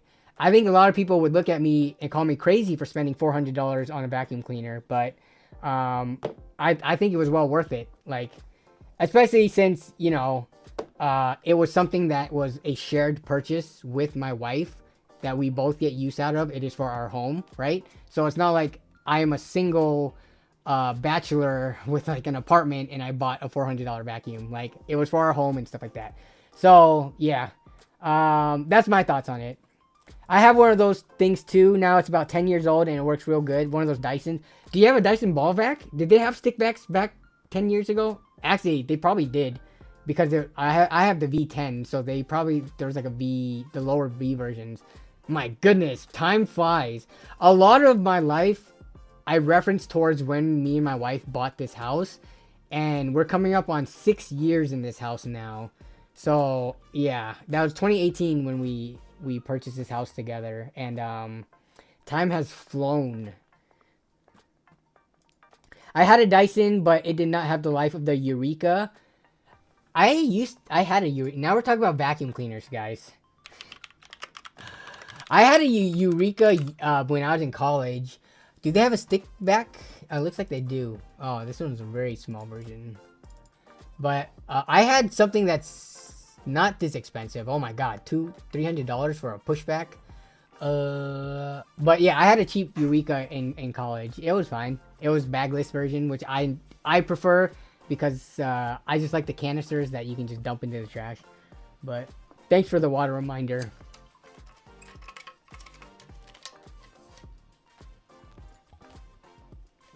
Thank you for the water reminder. Dyson vacuums are interesting as they're engineered. Oh no, where did they go? Where did the message go? You're lucky cordless vacuum cleaners typically stop working after a year. No way. I bought my mom. I'm so cheap. I got myself the Dyson V10, but I bought my mom. It was on sale. And was it a Samsung? The Samsung make stick vacs? It's because like I found a good deal on it. Okay, yeah, I got her a Samsung Jet on a sale. Oh, these are apparently also expensive. I did not pay $400 for the one I got my mom. But yeah, pretty much. And I know quite a few people with stick vacuums because once you go stick vacuum, I feel like it's hard to go back. I don't know of anyone who like has had a stick vac die in the span of a year. Ours has been going really strong. I have family members and friends who had it. Yeah, I don't know of anyone who has complained. Jason Whitmer in the chat, who says his has been going for 5 years. So I have a 3-in-1. Love it being able to sweep and mop my floors at the same time. The mopping and sweeping thing would be nice, though. I'm not like I just use a separate mop for that. If I could go back in time and change my vacuum to one of those, I probably would. But I don't know if water would complicate the longevity at all. Countdown to Tesla launching a vacuum line. Charge it from your car. Use it to charge your car, or backwards, use your car to charge the vacuum. Dyson uses the same size screw in the entire vacuum, so it was easy to repair. Interesting, I didn't even know that. I have not had to... The maintenance on the Dyson V10 that I have as well, I don't even know what Dyson... What version are they even on now? Like V14, V15, so there's the V11. But yeah, mine is considered pretty old by this point because it's like 6 years old. But Dyson V15, $950. Okay. Wet and dry vacuum cleaner. It's because it's the wet and dry one. My goodness. I have a line when it comes to how much I will spend on a vacuum cleaner. That line is a lot lower than $950. Oh my goodness. I was not even aware that Dyson made V15 Detect Absolute. So, man. So this one is not a wet vac. And this one goes up to $650. That's crazy. But my vacuum looks very similar to this. It's so easy to maintain too. Like you can pull apart the canister and the filter and all that very easily, which is what I like about it. I'm not even trying to show for Dyson. We just got into the topic of people paying a premium for like specific products. And I think like, I don't know, what are people's perception of Dyson stick vacs that cost on the upwards of $400+? If you asked me when I was in college or fresh out of college and just got my first job and still pretty broke, I probably would have laughed in your face at the idea of a vacuum cleaner being this expensive. But now being a homeowner, being an adult and all that stuff, like for a product that brings value to your home and that lasts a while, it stuff like this can make sense. when you have a toddler, finding things that simplify cleaning is a must. Yeah, I bought a Hydrovac XL for Amazon for $109. I would agree with that. I don't have a kid yet, but I do agree with that sentiment. I'll stick to my corded vacuum. Yeah, I mean, you can get corded vacuums at the store for like 40 or 50 bucks, and they do a good job cleaning. But yeah, I would never want to go back to corded. Trying to go, like, being stuck to an outlet or having to plug in, replug, trying not to run over the line, having like the tension when you go around corners and stuff. There are a lot of like tiny things like that which you don't realize until you go. It's like when you upgrade to like a high resolution monitor, then once you go up, you can't go back. It's one of those types of things, I feel. LunaVids says, I bought today an i7 12700KF. Very solid choice for a processor. 64 gigabytes of DDR4. Oh, no, DDR5, sorry. 5600 megahertz, 2 terabyte M.2 SSD, 1250 platinum. Man, whoa. Wait, a used 3070 for 220 DLSS. Waiting for RTX 5080. I was about to ask, why did you buy a 1250 watt platinum power supply with a 3070 and a 1270 KF? Because you don't need that much power, but we don't know what an RTX 5080. I feel like the 5080 is still going to work with the 1000 watt power supply. I don't think they're going to go too crazy, especially if you have a quality power supply. That should be fine. But nice, congrats. That's very solid specs for a build. So shutting down my business and switching to a vacuum store instead, lol. I mean, so we bought our Dyson at Costco. I think there are vacuum cleaner stores. This is the unhinged section of stream. Vacuum cleaner store. Quality sewing and vacuum. There are stores around me. City Vacuum and Sewing. Everett Vacuum. Oh my goodness. This store only sells vacuum cleaner products. I mean, I guess that's nice if you want to physically see a standing model in a store. But I feel like this type of mom and pop shop would be struggling. Because people nowadays are lazy and they just want to buy whatever they can online if possible. And if not, they're likely going to be buying it from a big department store like Costco or Target or Walmart or something like that. I am very curious what the foot traffic would be of a specifically vacuum cleaner store. Apparently this store has been around since 1944. So they're still, you know, kicking. But that's a very funny idea to me. I had a V15 for 3 or 4 years. No brainer, worth it. I never had any issues. Yeah. V15 though. Wait, V15 has been around for that long? I thought that was like the newer models. But they might have peaked at that. We are still talking vacuum cleaners, Luna. Indeed. But, yes, vacuum cleaner repair store would be great. Maybe that's what this store does. Okay.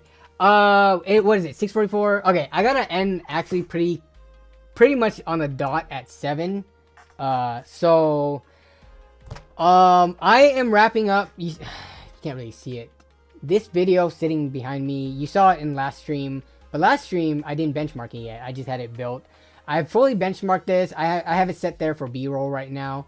But yeah, that should be this weekend's video. And then afterwards, I will do the white P60 build that we built on stream. I have also tested that build. I have not painted the graphics card yet. I need to paint that dang thing.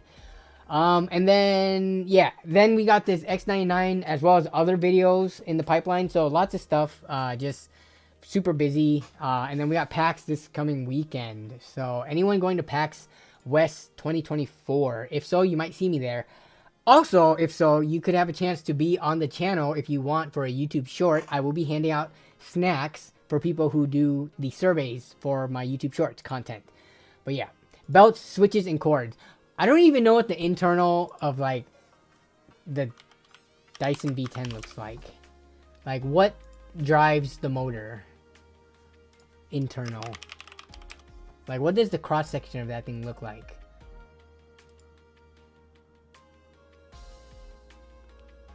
And online, there's not a ton of pictures to show it. It is definitely, doesn't seem like, it's a magnet. You can hear the magnet, actually. Yeah, it's like magnetic based motor, right? Because every time you use it, it makes like that dong sound. You can hear the magnets spinning up and then winding down. Gavin says, no one gets your reference. What reference? I need a dust filter for a Hoover Max Extract 60 Pressure Pro. Is that from a movie or TV show? I don't get it off the top of my head, but if you say what it is, I might be able to recall it. The local vacuum stores have mostly used sales and does repair, and I'm glad they are there to pick up Eureka bags. Are the Eureka bags there the same price? Okay, I'm not going to bring this up because I just thought to myself, yes, support your local shops over Amazon when you can.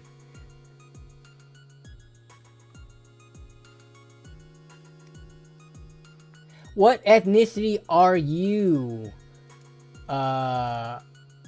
Viet, Chinese? Those are very good guesses. I am Vietnamese. I don't make it a big talking point on the videos or the stream, but I do have videos where you can kind of guess that I am Vietnamese, especially the one where I built the PC with my mom. If you watch that video, you're like, ah, okay, that's what ethnicity he is. But yeah, I'm Vietnamese.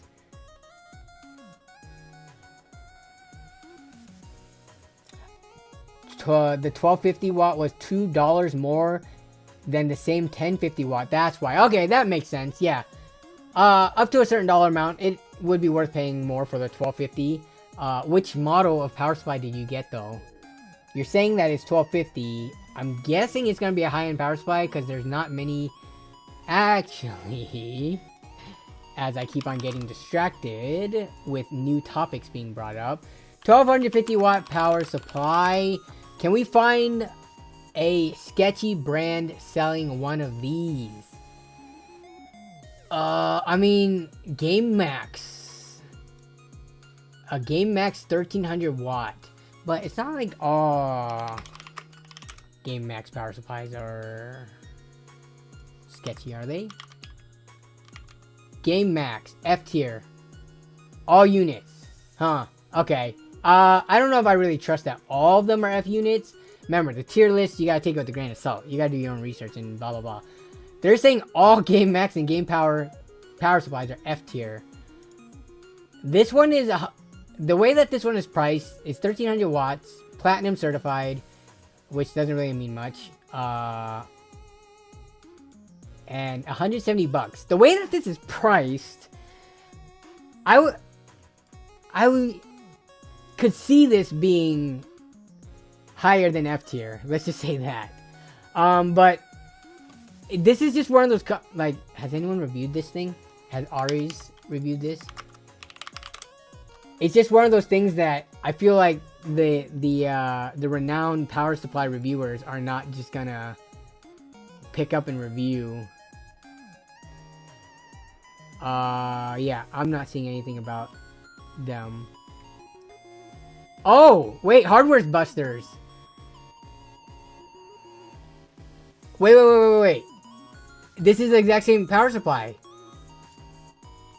Wait, Game Max. This is their newer version because it's got the ATX 3.0 and PCIe 5.0 standard. But to get an idea, okay, we have an actual review from the man himself, Aorus. Okay. So he says 4.5 stars on Amazon. I think he's being sarcastic here. Look at this. $20 gift card for reviewing, etc. Okay, dude, there's an actual in-depth review. Okay.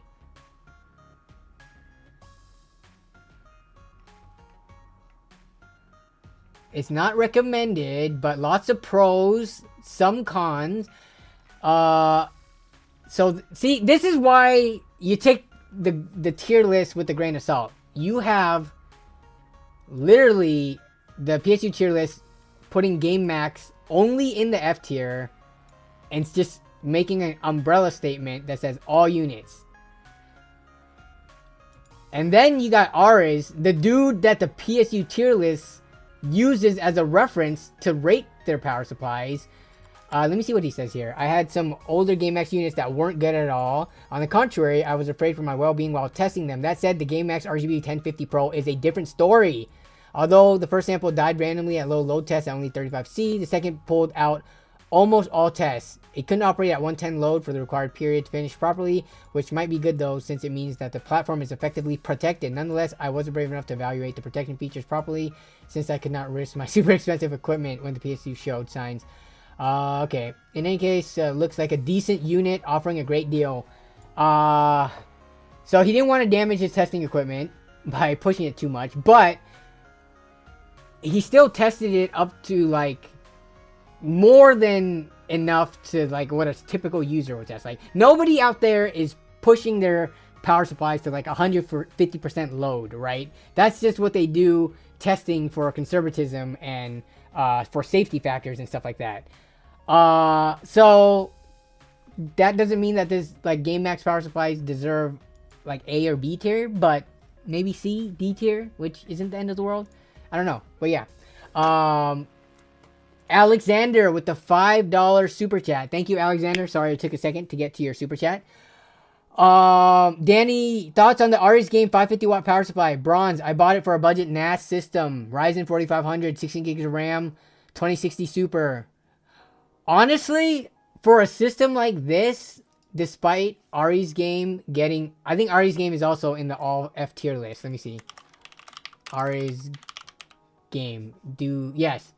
Aorus game, all units also in the F tier list. Again, like I know Aorus game had the thing where they lied about their efficiency rating and stuff like that, or was it that they sent like a specific cherry picked unit to the 80 plus efficiency rating, and then most of their units didn't actually meet it.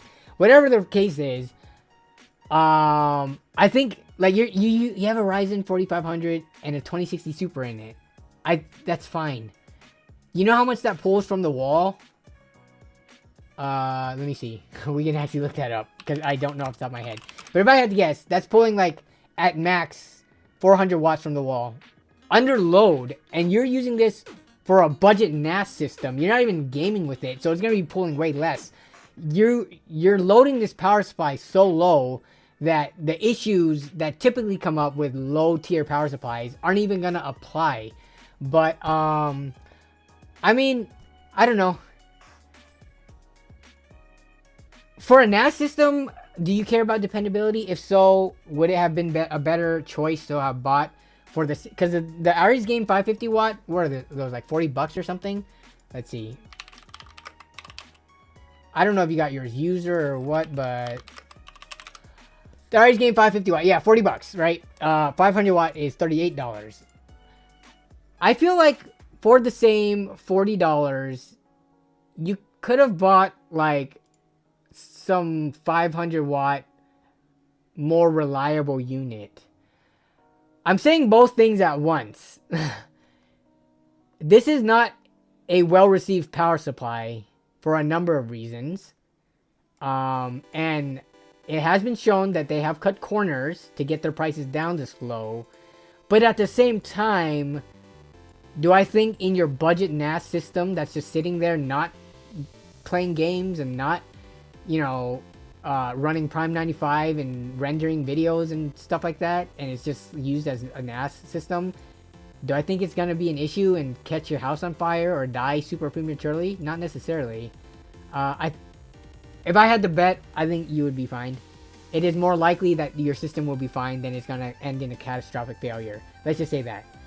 That's my thoughts on the Aorus game 550 watt power supply. Is there any used units for like cheaper? Is there any options? Doesn't look like it. Like, I would be okay with this $300 system that's coming up. I would be okay with using a power supply that's cheap. Because you got to think, not everybody is building on a big budget. Sometimes you have a limited choice, limited options, limited money. That's where these no-name power supplies can fit in, right? And make for an argument to use them. Obviously, if you can find a more reputable model and brand in the used market, do so. But maybe you can't. Maybe you live in a country where you can't find that, or if you live in an area that you can't. Honestly, used power supplies on eBay and stuff like that, the prices aren't that great. It's hard to find good deals because people know, you know, how much power supplies are worth. Your best bet is going to be finding a power supply on Facebook Marketplace or Facebook Marketplace or OfferUp from someone who is just straight up upgrading to a new power supply and new system, and they're just offloading it for cheap. Because, yeah, like a good quality power supply, it's worth a lot of money because they last for years.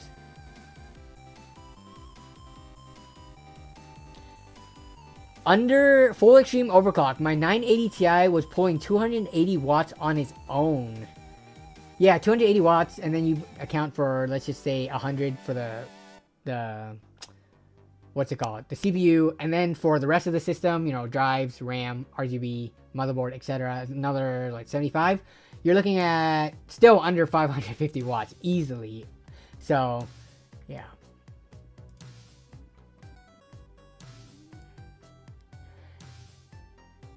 Luna Vids with the $20, wait, MX $20. What is MX?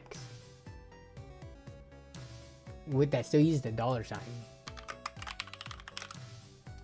Is that the Mexican peso? That makes sense. Thank you for the 20 Mexican peso super chat. I appreciate it, Luna Vids. Enjoy the rest of your work. Alexander, see, this is what I'm talking about right here. Perfect scenario. You paid $10 for the Ares game 550 watt power supply. I have zero issues with that. Anybody who has issues with a $10 power supply in a use case that is a budget system that was meant to be built for as cheap as possible to get up and running, and then I don't know what to say. Like, it's like when you do a $300 or $200 PC build video and you use a cheap questionable power supply and people complain that you're not using an A or B tier power supply that costs $50 to $60. Like, bro, my budget is $200 total. I'm not spending a quarter of the budget on a power supply when, you know, a sketch brand will work just perfectly. You're eating so much of your performance dollars up trying to, you know, the power supply is not going to add more FPS. I understand the value of a good power supply, but you also got to understand in life, sometimes you have to, you know, you got to buy the like bottom shelf stuff because that's all you can afford.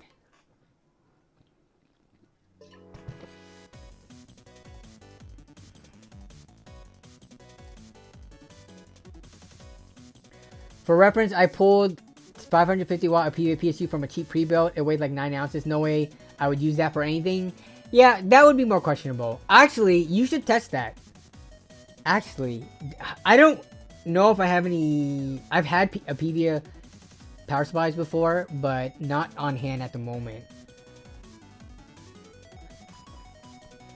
The issue is with power supply testing is just like we saw in the article from Ares, from Hardware Busters. Reviewers, which there's only like 2 in the world. I think just we're down to like 1 at the moment that does like mainstream reviews. There might be other ones that we don't know about, maybe from other countries or something like that. But like Ares, after Johnny Guru left, is the guy for power supply reviews. And generally, the power supplies they test are rated well because they aren't going to bother with ones that are on crappy platforms or with crappy internal components and stuff like that. So every power supply that's being tested from them come out to be like A, B, or C tier. I don't know if I've seen an article from Hardware Busters recently that tested like a E or F tier power supply, which doesn't it make sense that you should be testing those ones. It's like, why are we testing the power supply? Why are we only testing the power supplies that we know are made from reputable manufacturers with high quality components that pass like all the efficiency and noise testing and stuff like that on well-known good platforms? Why are we testing those when we like you can already predict that they're going to come out as high quality top tier power supplies? Does that give buyers the information that they need to make an informed purchase as much as if you did that with low tier power supplies? Because like, again, if you were to run a low tier power supply through the full rounds of tests, like overload, over voltage, over current, like testing the protections and all that stuff, and finding the breakpoints of those variables, that will let you know like, hey, how much can you really test this power supply to? If I'm buying a 600 watt sketch power supply, but I'm only loading up to 300 watts sustained load or 400 watts, what would the testing show? Is that okay? Because in those cases, I don't see a problem with it, but you know, you don't see that kind of testing done. So all the E and F tier power supplies, those rankings, they're purely based on just looking at the internal components and like looking at the company's history and stuff like that. It is not actually based on that being hooked up to a like, you know, sophisticated test system to run it through its paces. Short stream means you're wearing shorts like a bikini stream? No, it does not, Death Tech. What's up, Ryan? How you doing? You're not going to PAX this year, right? If you are, let me know, because I will be there.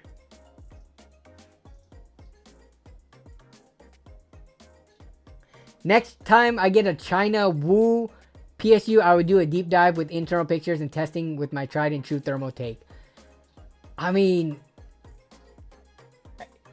wait, what would be the deep dive internal picture testing with my tried and true thermal take? What do you mean by that?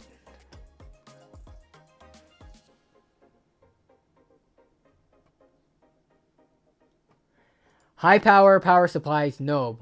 Wait, what?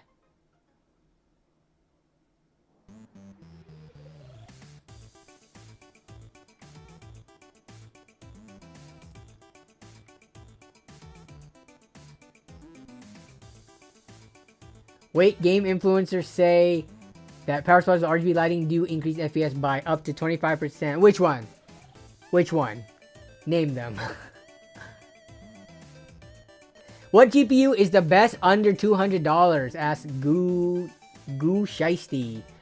Under $200, best. Can we get 6700 XTs for? If you can get a 6700 XT, which it would have to be considered a good deal. That's not their standard. Their standard price are closer to like 230, 240 right now. 6700 XT. So that means naturally going one step below that, or maybe two steps, 1.5 steps, to the 6600 XT. Those are readily available under $200 in the used market. On Nvidia side of thing, what's around $200? 3060 Ti's. I picked up a 3060 Ti semi recently for $200. So yeah, you're looking at 3060 Ti or 6600 XT. The best between the two, I mean, they trade blows. Nvidia is better for RTX, but the AMD one's gonna be slightly cheaper.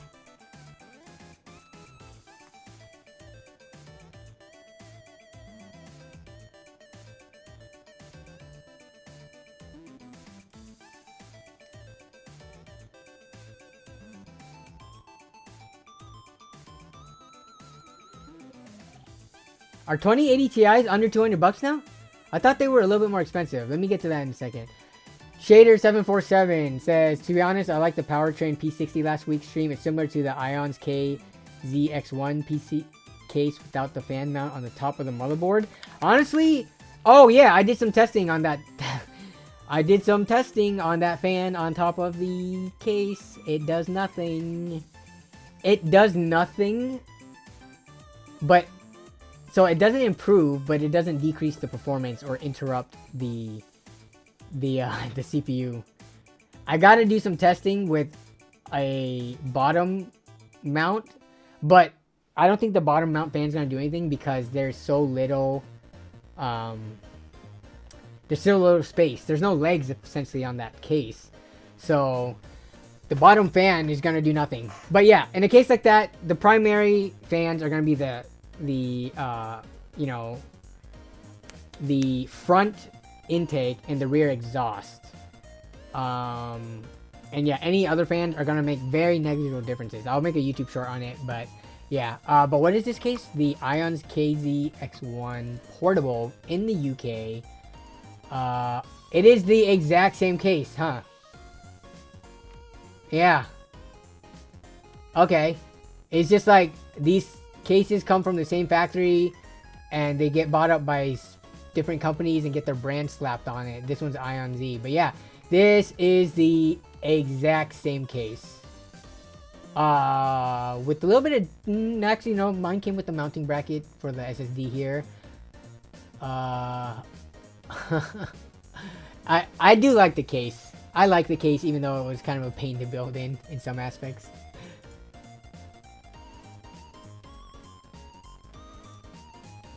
Check out the happy guy at the bottom. Yeah, look at him. He is holding it like he's getting ready to go on vacation or something. With the jump in the air, with this, look at that scenic background in nature. You can go anywhere. The Go Anywhere case.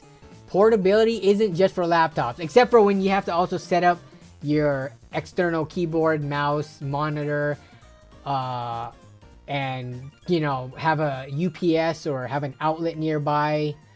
I mean, comparing a portable PC tower to a laptop is not even... You shouldn't do that. You should not do that.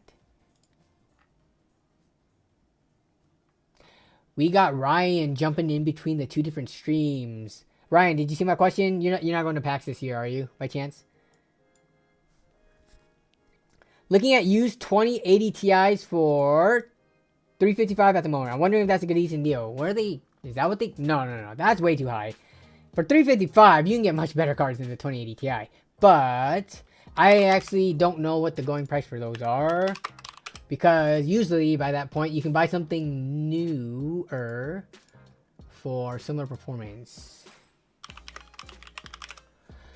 Alright, 2080 Ti as is, open box. So 1080 Ti's, okay. Cyberpunk radiator, yeah, that's not what we care about. So they're over $200. Looking like the cheapest. This one is a zero account seller. 2080 Ti 250 sounds about right. And if you want to look at the relative performance though, 2080 Ti is around a 6700 XT 3070-ish performance level. For $250, you're pretty close to getting a used 3070, and you could definitely get a 6750 XT or 6700 XT. So I would just buy the newer card. I don't know if I would bother. Like, if you could find a good deal for like 200 or something, sure. But if we're gonna just go off of eBay prices, 250, just get the newer gen cards. Also in the used market. That's my take. Ask again, my daughter distracted me. You going to PAX? PAX art thou going? PAX West. This weekend.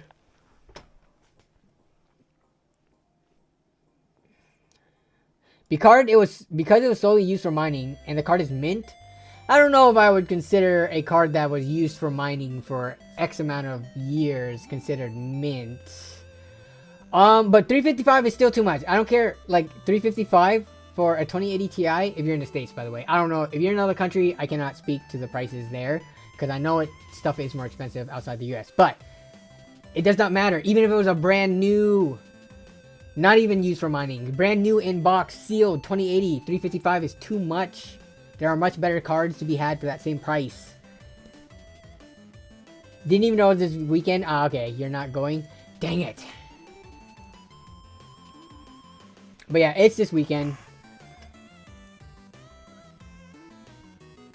If you need CUDA, your only choice is NVIDIA in relation AMD. Yeah, that is one of the points. Like the assumption, and I usually try to specify. Sometimes I forget. If you need it for gaming, then yeah, you kind of have more options, and AMD becomes, you know, like when it comes to the bang for buck value factor, AMD becomes very enticing. But yeah, if you do have uses where specifically NVIDIA cards just like blow AMD performance out of the water, it's not even worth arguing about. Looking to spend less than $1,000 because I'm recycling some hardware like the PSU. You're looking to wait. I don't understand. You have up to $1,000 to spend on a graphics card. That's a lot. You can buy so many different cards at so many different price points for that. How do you even give advice for something like that?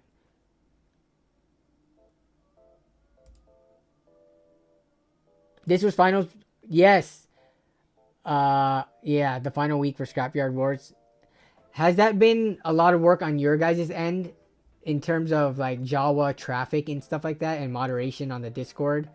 Yeah, because I can imagine if anything that Linus puts his hands on and puts in a video, that would drive a lot of viewership, or not viewership in your case, but like usership and traffic. Massive amounts of work for everyone. That, you know, that's like a blessing in disguise, kind of, because that's more success for Jawa, right? So congrats to you guys and the team over there for that. Look up high power PSUs on eBay. What was that specific model one though? You gotta give me the search term. I don't remember. I'm not gonna type in high power PSU, but you're looking like 800. Was it 850 watt?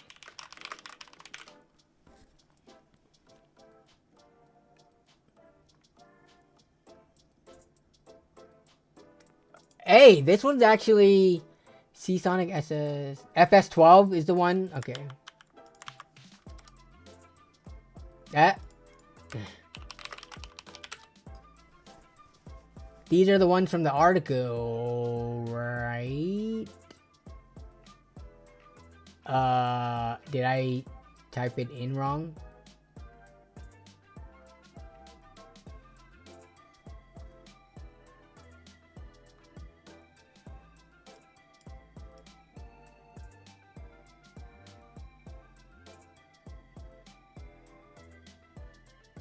High power FS12.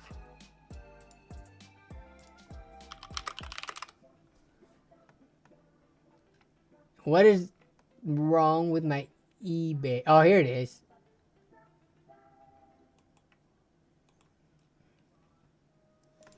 All right, what are we talking? What are we looking at here? 600 watt for about 40 bucks.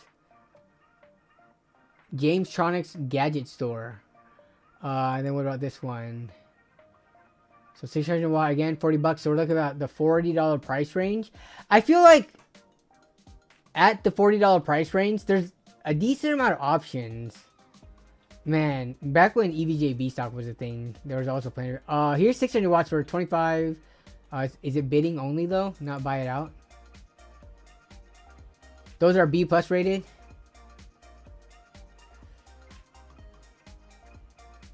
Let's see.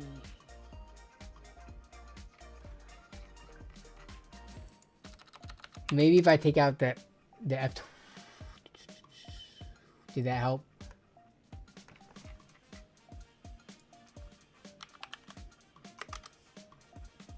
I'm trying to find the search term so that we can find more instead of all the other like random non-ATX power supplies. F12S. There you go. Yeah, I was noticing in the listings.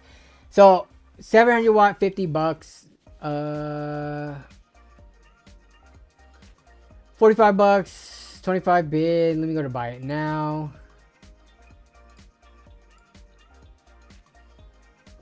$500 watt for about 38 bucks. Ooh, how do I Why is the timeout function not popping up for this person who's spamming chat?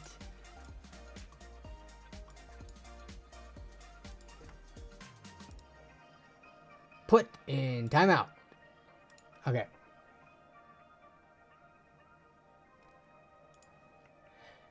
This is a good option, and thanks for bringing this up. This is a good option for if whatever reason your local area just doesn't have like good deals on power supplies. For budget builds, like what is the Seagotep one is it's like a C or B tier that you can buy brand new for $50. So these aren't far from it. Honestly, I'm not gonna make a big deal about B versus C tier power supplies. I know some people would. In my mind, on a budget build, I could honestly care less. But for the ease of buying, yeah, there's tons of options for these ones. So this, let's see. Yeah, there's plenty of options under $50 as long as your system is good with 600 watts or less. This is like a, you know, I'm tired of trying to find one in the used market. Just go here, make it easy, buy it now, pay the tax, get it shipped straight to your door. Save yourself the hassle if you want to like simplify the deal hunting process. Are they still making these, or are these like older units pulled from systems that eventually basically the well will dry up?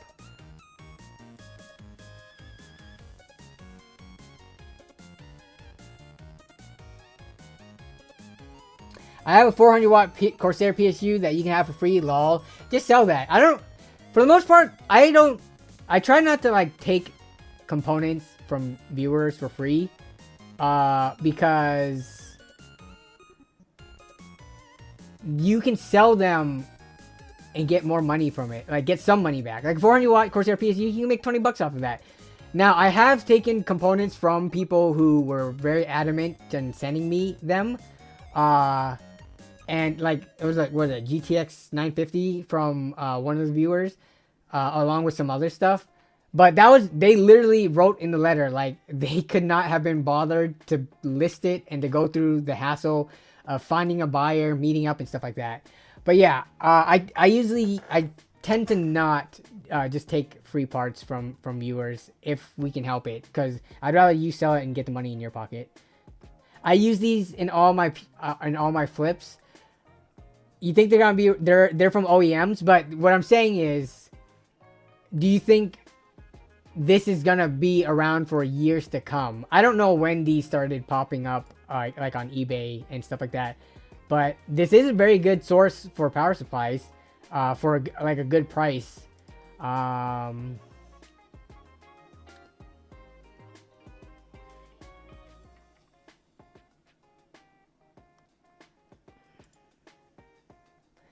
I wouldn't recommend using power supplies that don't have a warranty, even in a flip.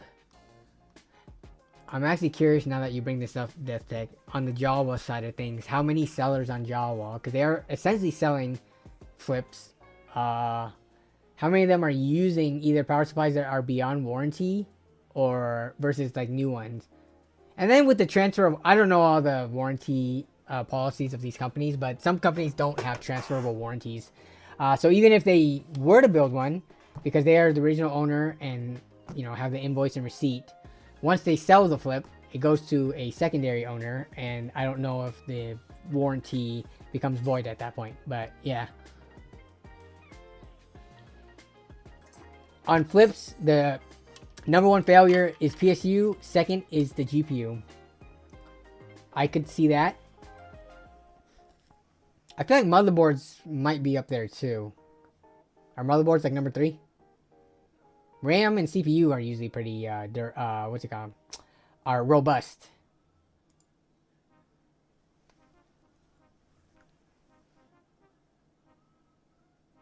High power only offers a 90-day warranty, and that's to the OEM.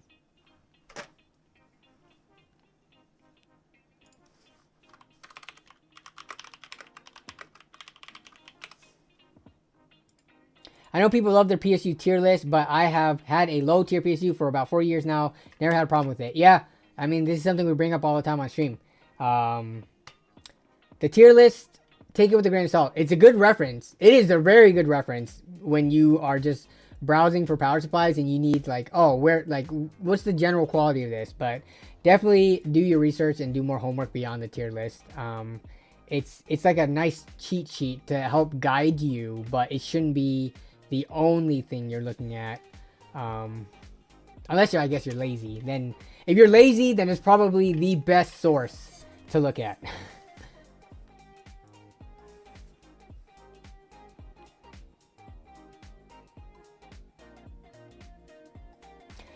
My friend's budget is 1100 and thinks he can maybe get a 4070. Well, what are 4070s going for nowadays? I think that might actually be possible. I was about to do that thing. 4070s right now are going for 550 at Best Buy. What is the lowest price 4070? Non-super. 550 on Newegg. Yeah, that means you could do it. You could do a 4070 build with $1,100. 550 is going to go towards the 4070. Maybe if you get a used one for 450 or something, you can have more money for the rest of the components. But with $550 left for everything else, I mean, that's like Ryzen 5 5600 from AliExpress for $80 territory. That's, you know, 16 gigabytes.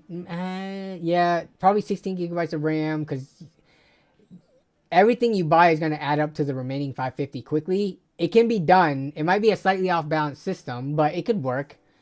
But again, the more used parts you buy, the more deals you find, it becomes a more well-rounded build. But just looking at 4070 at build at $1,100, that does not scream like out of this world to me. It seems pretty doable. But he only wants a pre-built. Actually, I think I saw some pre-builts on Newegg. Let me see. Death, are there any pre-built 4070s on Jawa? What am I doing? It's almost 7:30. I was supposed to go like 30 minutes ago. We're going to finish up by 7:30 on the dot. But I'm having such a good time in stream tonight that this is how I got distracted to keep going. RTX 4070 PC. What do we got? Okay, so here's a 4070. Is there anything cheaper than this? You know what? As a person who likes building PCs as much as I do, I also like browsing pre-builds. It is very fun to do. Here we go. 1150, you say? With a 4070, I give you this Yayan PC from Newegg. Sold and shipped by Newegg, it looks like. Is it sold and shipped by... Yes, it is sold and shipped by Newegg. With a 13th gen i5, 1TB SSD, 16 gigs of RAM. Interesting. Potentially a one stick. But you got yourself an RTX 4070. Under $1,150, wanting to go pre-built. This is like pretty much what you're looking at. You're looking at 12 or 13th gen i5. And then whatever the heck else in it. Usually 1TB and then either 16 or 32 gigs of RAM. Here, I will link this to you.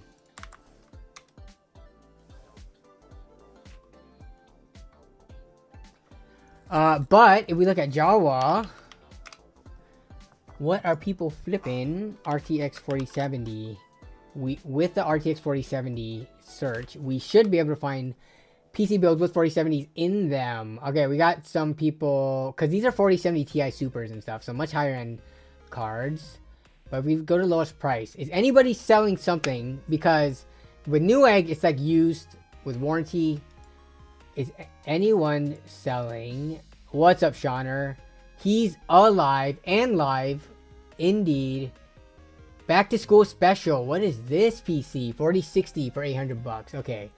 We're looking for them 4070 goodies. And I'm guessing here's a 4060 Ti with a 7600X for 1075.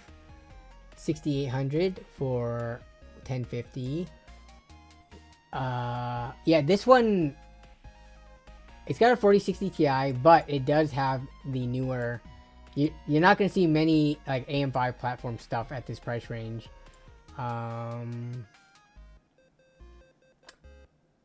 Is it this one? Has a, yes. Okay, so this one is slightly more expensive, but it is way nicer looking than whatever the heck this is. Yeah, this is like a black theme PC, but do they even tell you what power supply? 650 watt gold. Yeah, so we don't know a lot about some of the stuff in the system, like maybe motherboard and power supply. So on Jawa, we're looking at a 4070 i5 12600KF.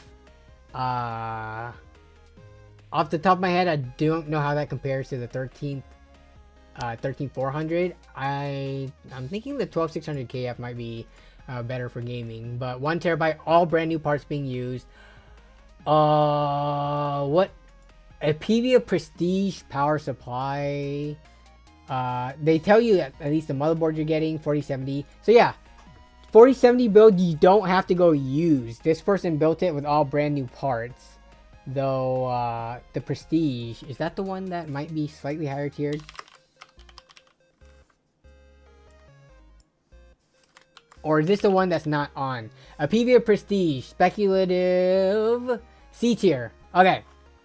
So yeah, if this person's a PC flipper, they probably know what they're doing in trying to like maximize profit and using stuff that's not like the complete bottom of the barrel. But yeah, so you got a C tier power supply over an unknown no-name power supply on Newegg side of things for $70 more. So it is doable. There are multiple like options out there. We gotta put away the browser. We got 3 minutes left to stream. I cannot get distracted again.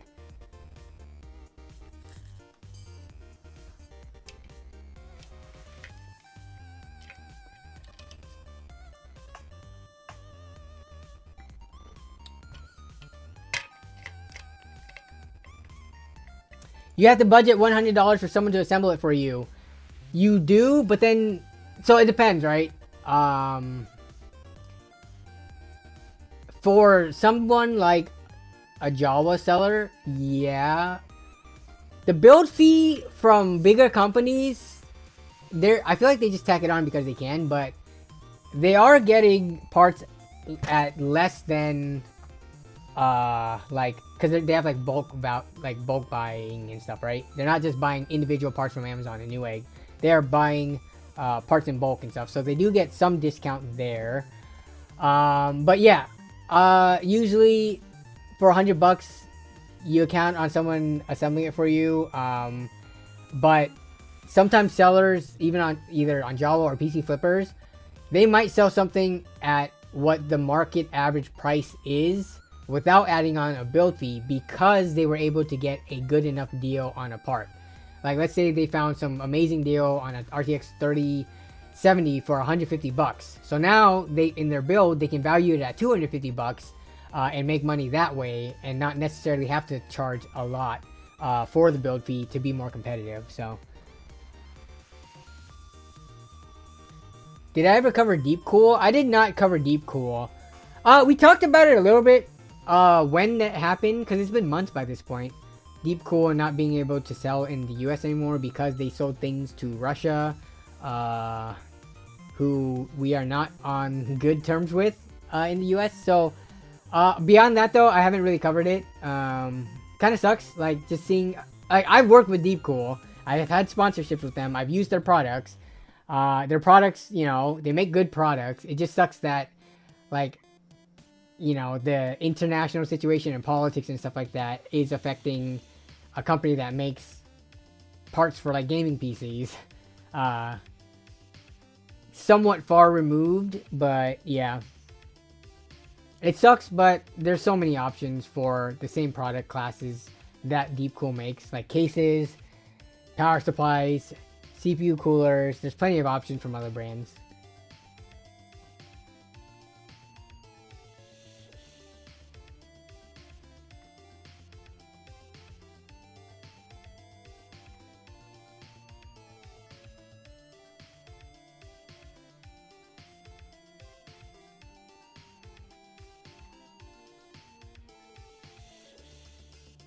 Their stuff is expensive on eBay, yeah, because it's just, I don't know why third-party sellers are marking up Deepcool products.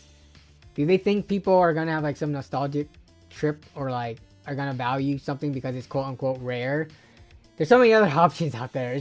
It is not the same as like selling a Founders Edition NVIDIA card for more than the MSRP, because those are actually rare and there are no alternatives, kind of, for like that specific specialty card. But there's so many case options and all that it doesn't make sense to me why they're more expensive, but yeah.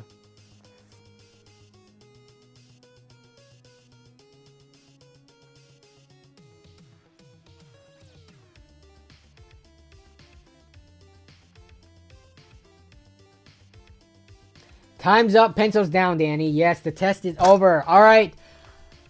That's going to be it for stream. I got to go eat some hot pot. So, I'm going to be at PAX this weekend. If you are going to be at PAX, if you see me, stop by, do an interview, get some snacks. If not, then look forward to the content that will be coming out of that. Also, going to try to finish this video up somehow while doing the whole PAX this weekend. And then we'll get to the P60 build as well. Labor Day, we didn't even talk about Labor Day all stream, but yeah, Labor Day is this coming Monday. So for those of you who are fortunate enough to have that day off, whether it be from school or work, then hope you have a good, long weekend. For those of you who work in like, food service or wherever else that still works on Labor Day, then does that count as holiday pay? If it does, then hopefully you get your money, go make that paper. But hope y'all have a good rest of your night, have a good rest of your week, and a good long weekend coming up. And yeah, I will see you guys in the comments of the next video, YouTube short, or in next week's stream. Take care. Bye-bye.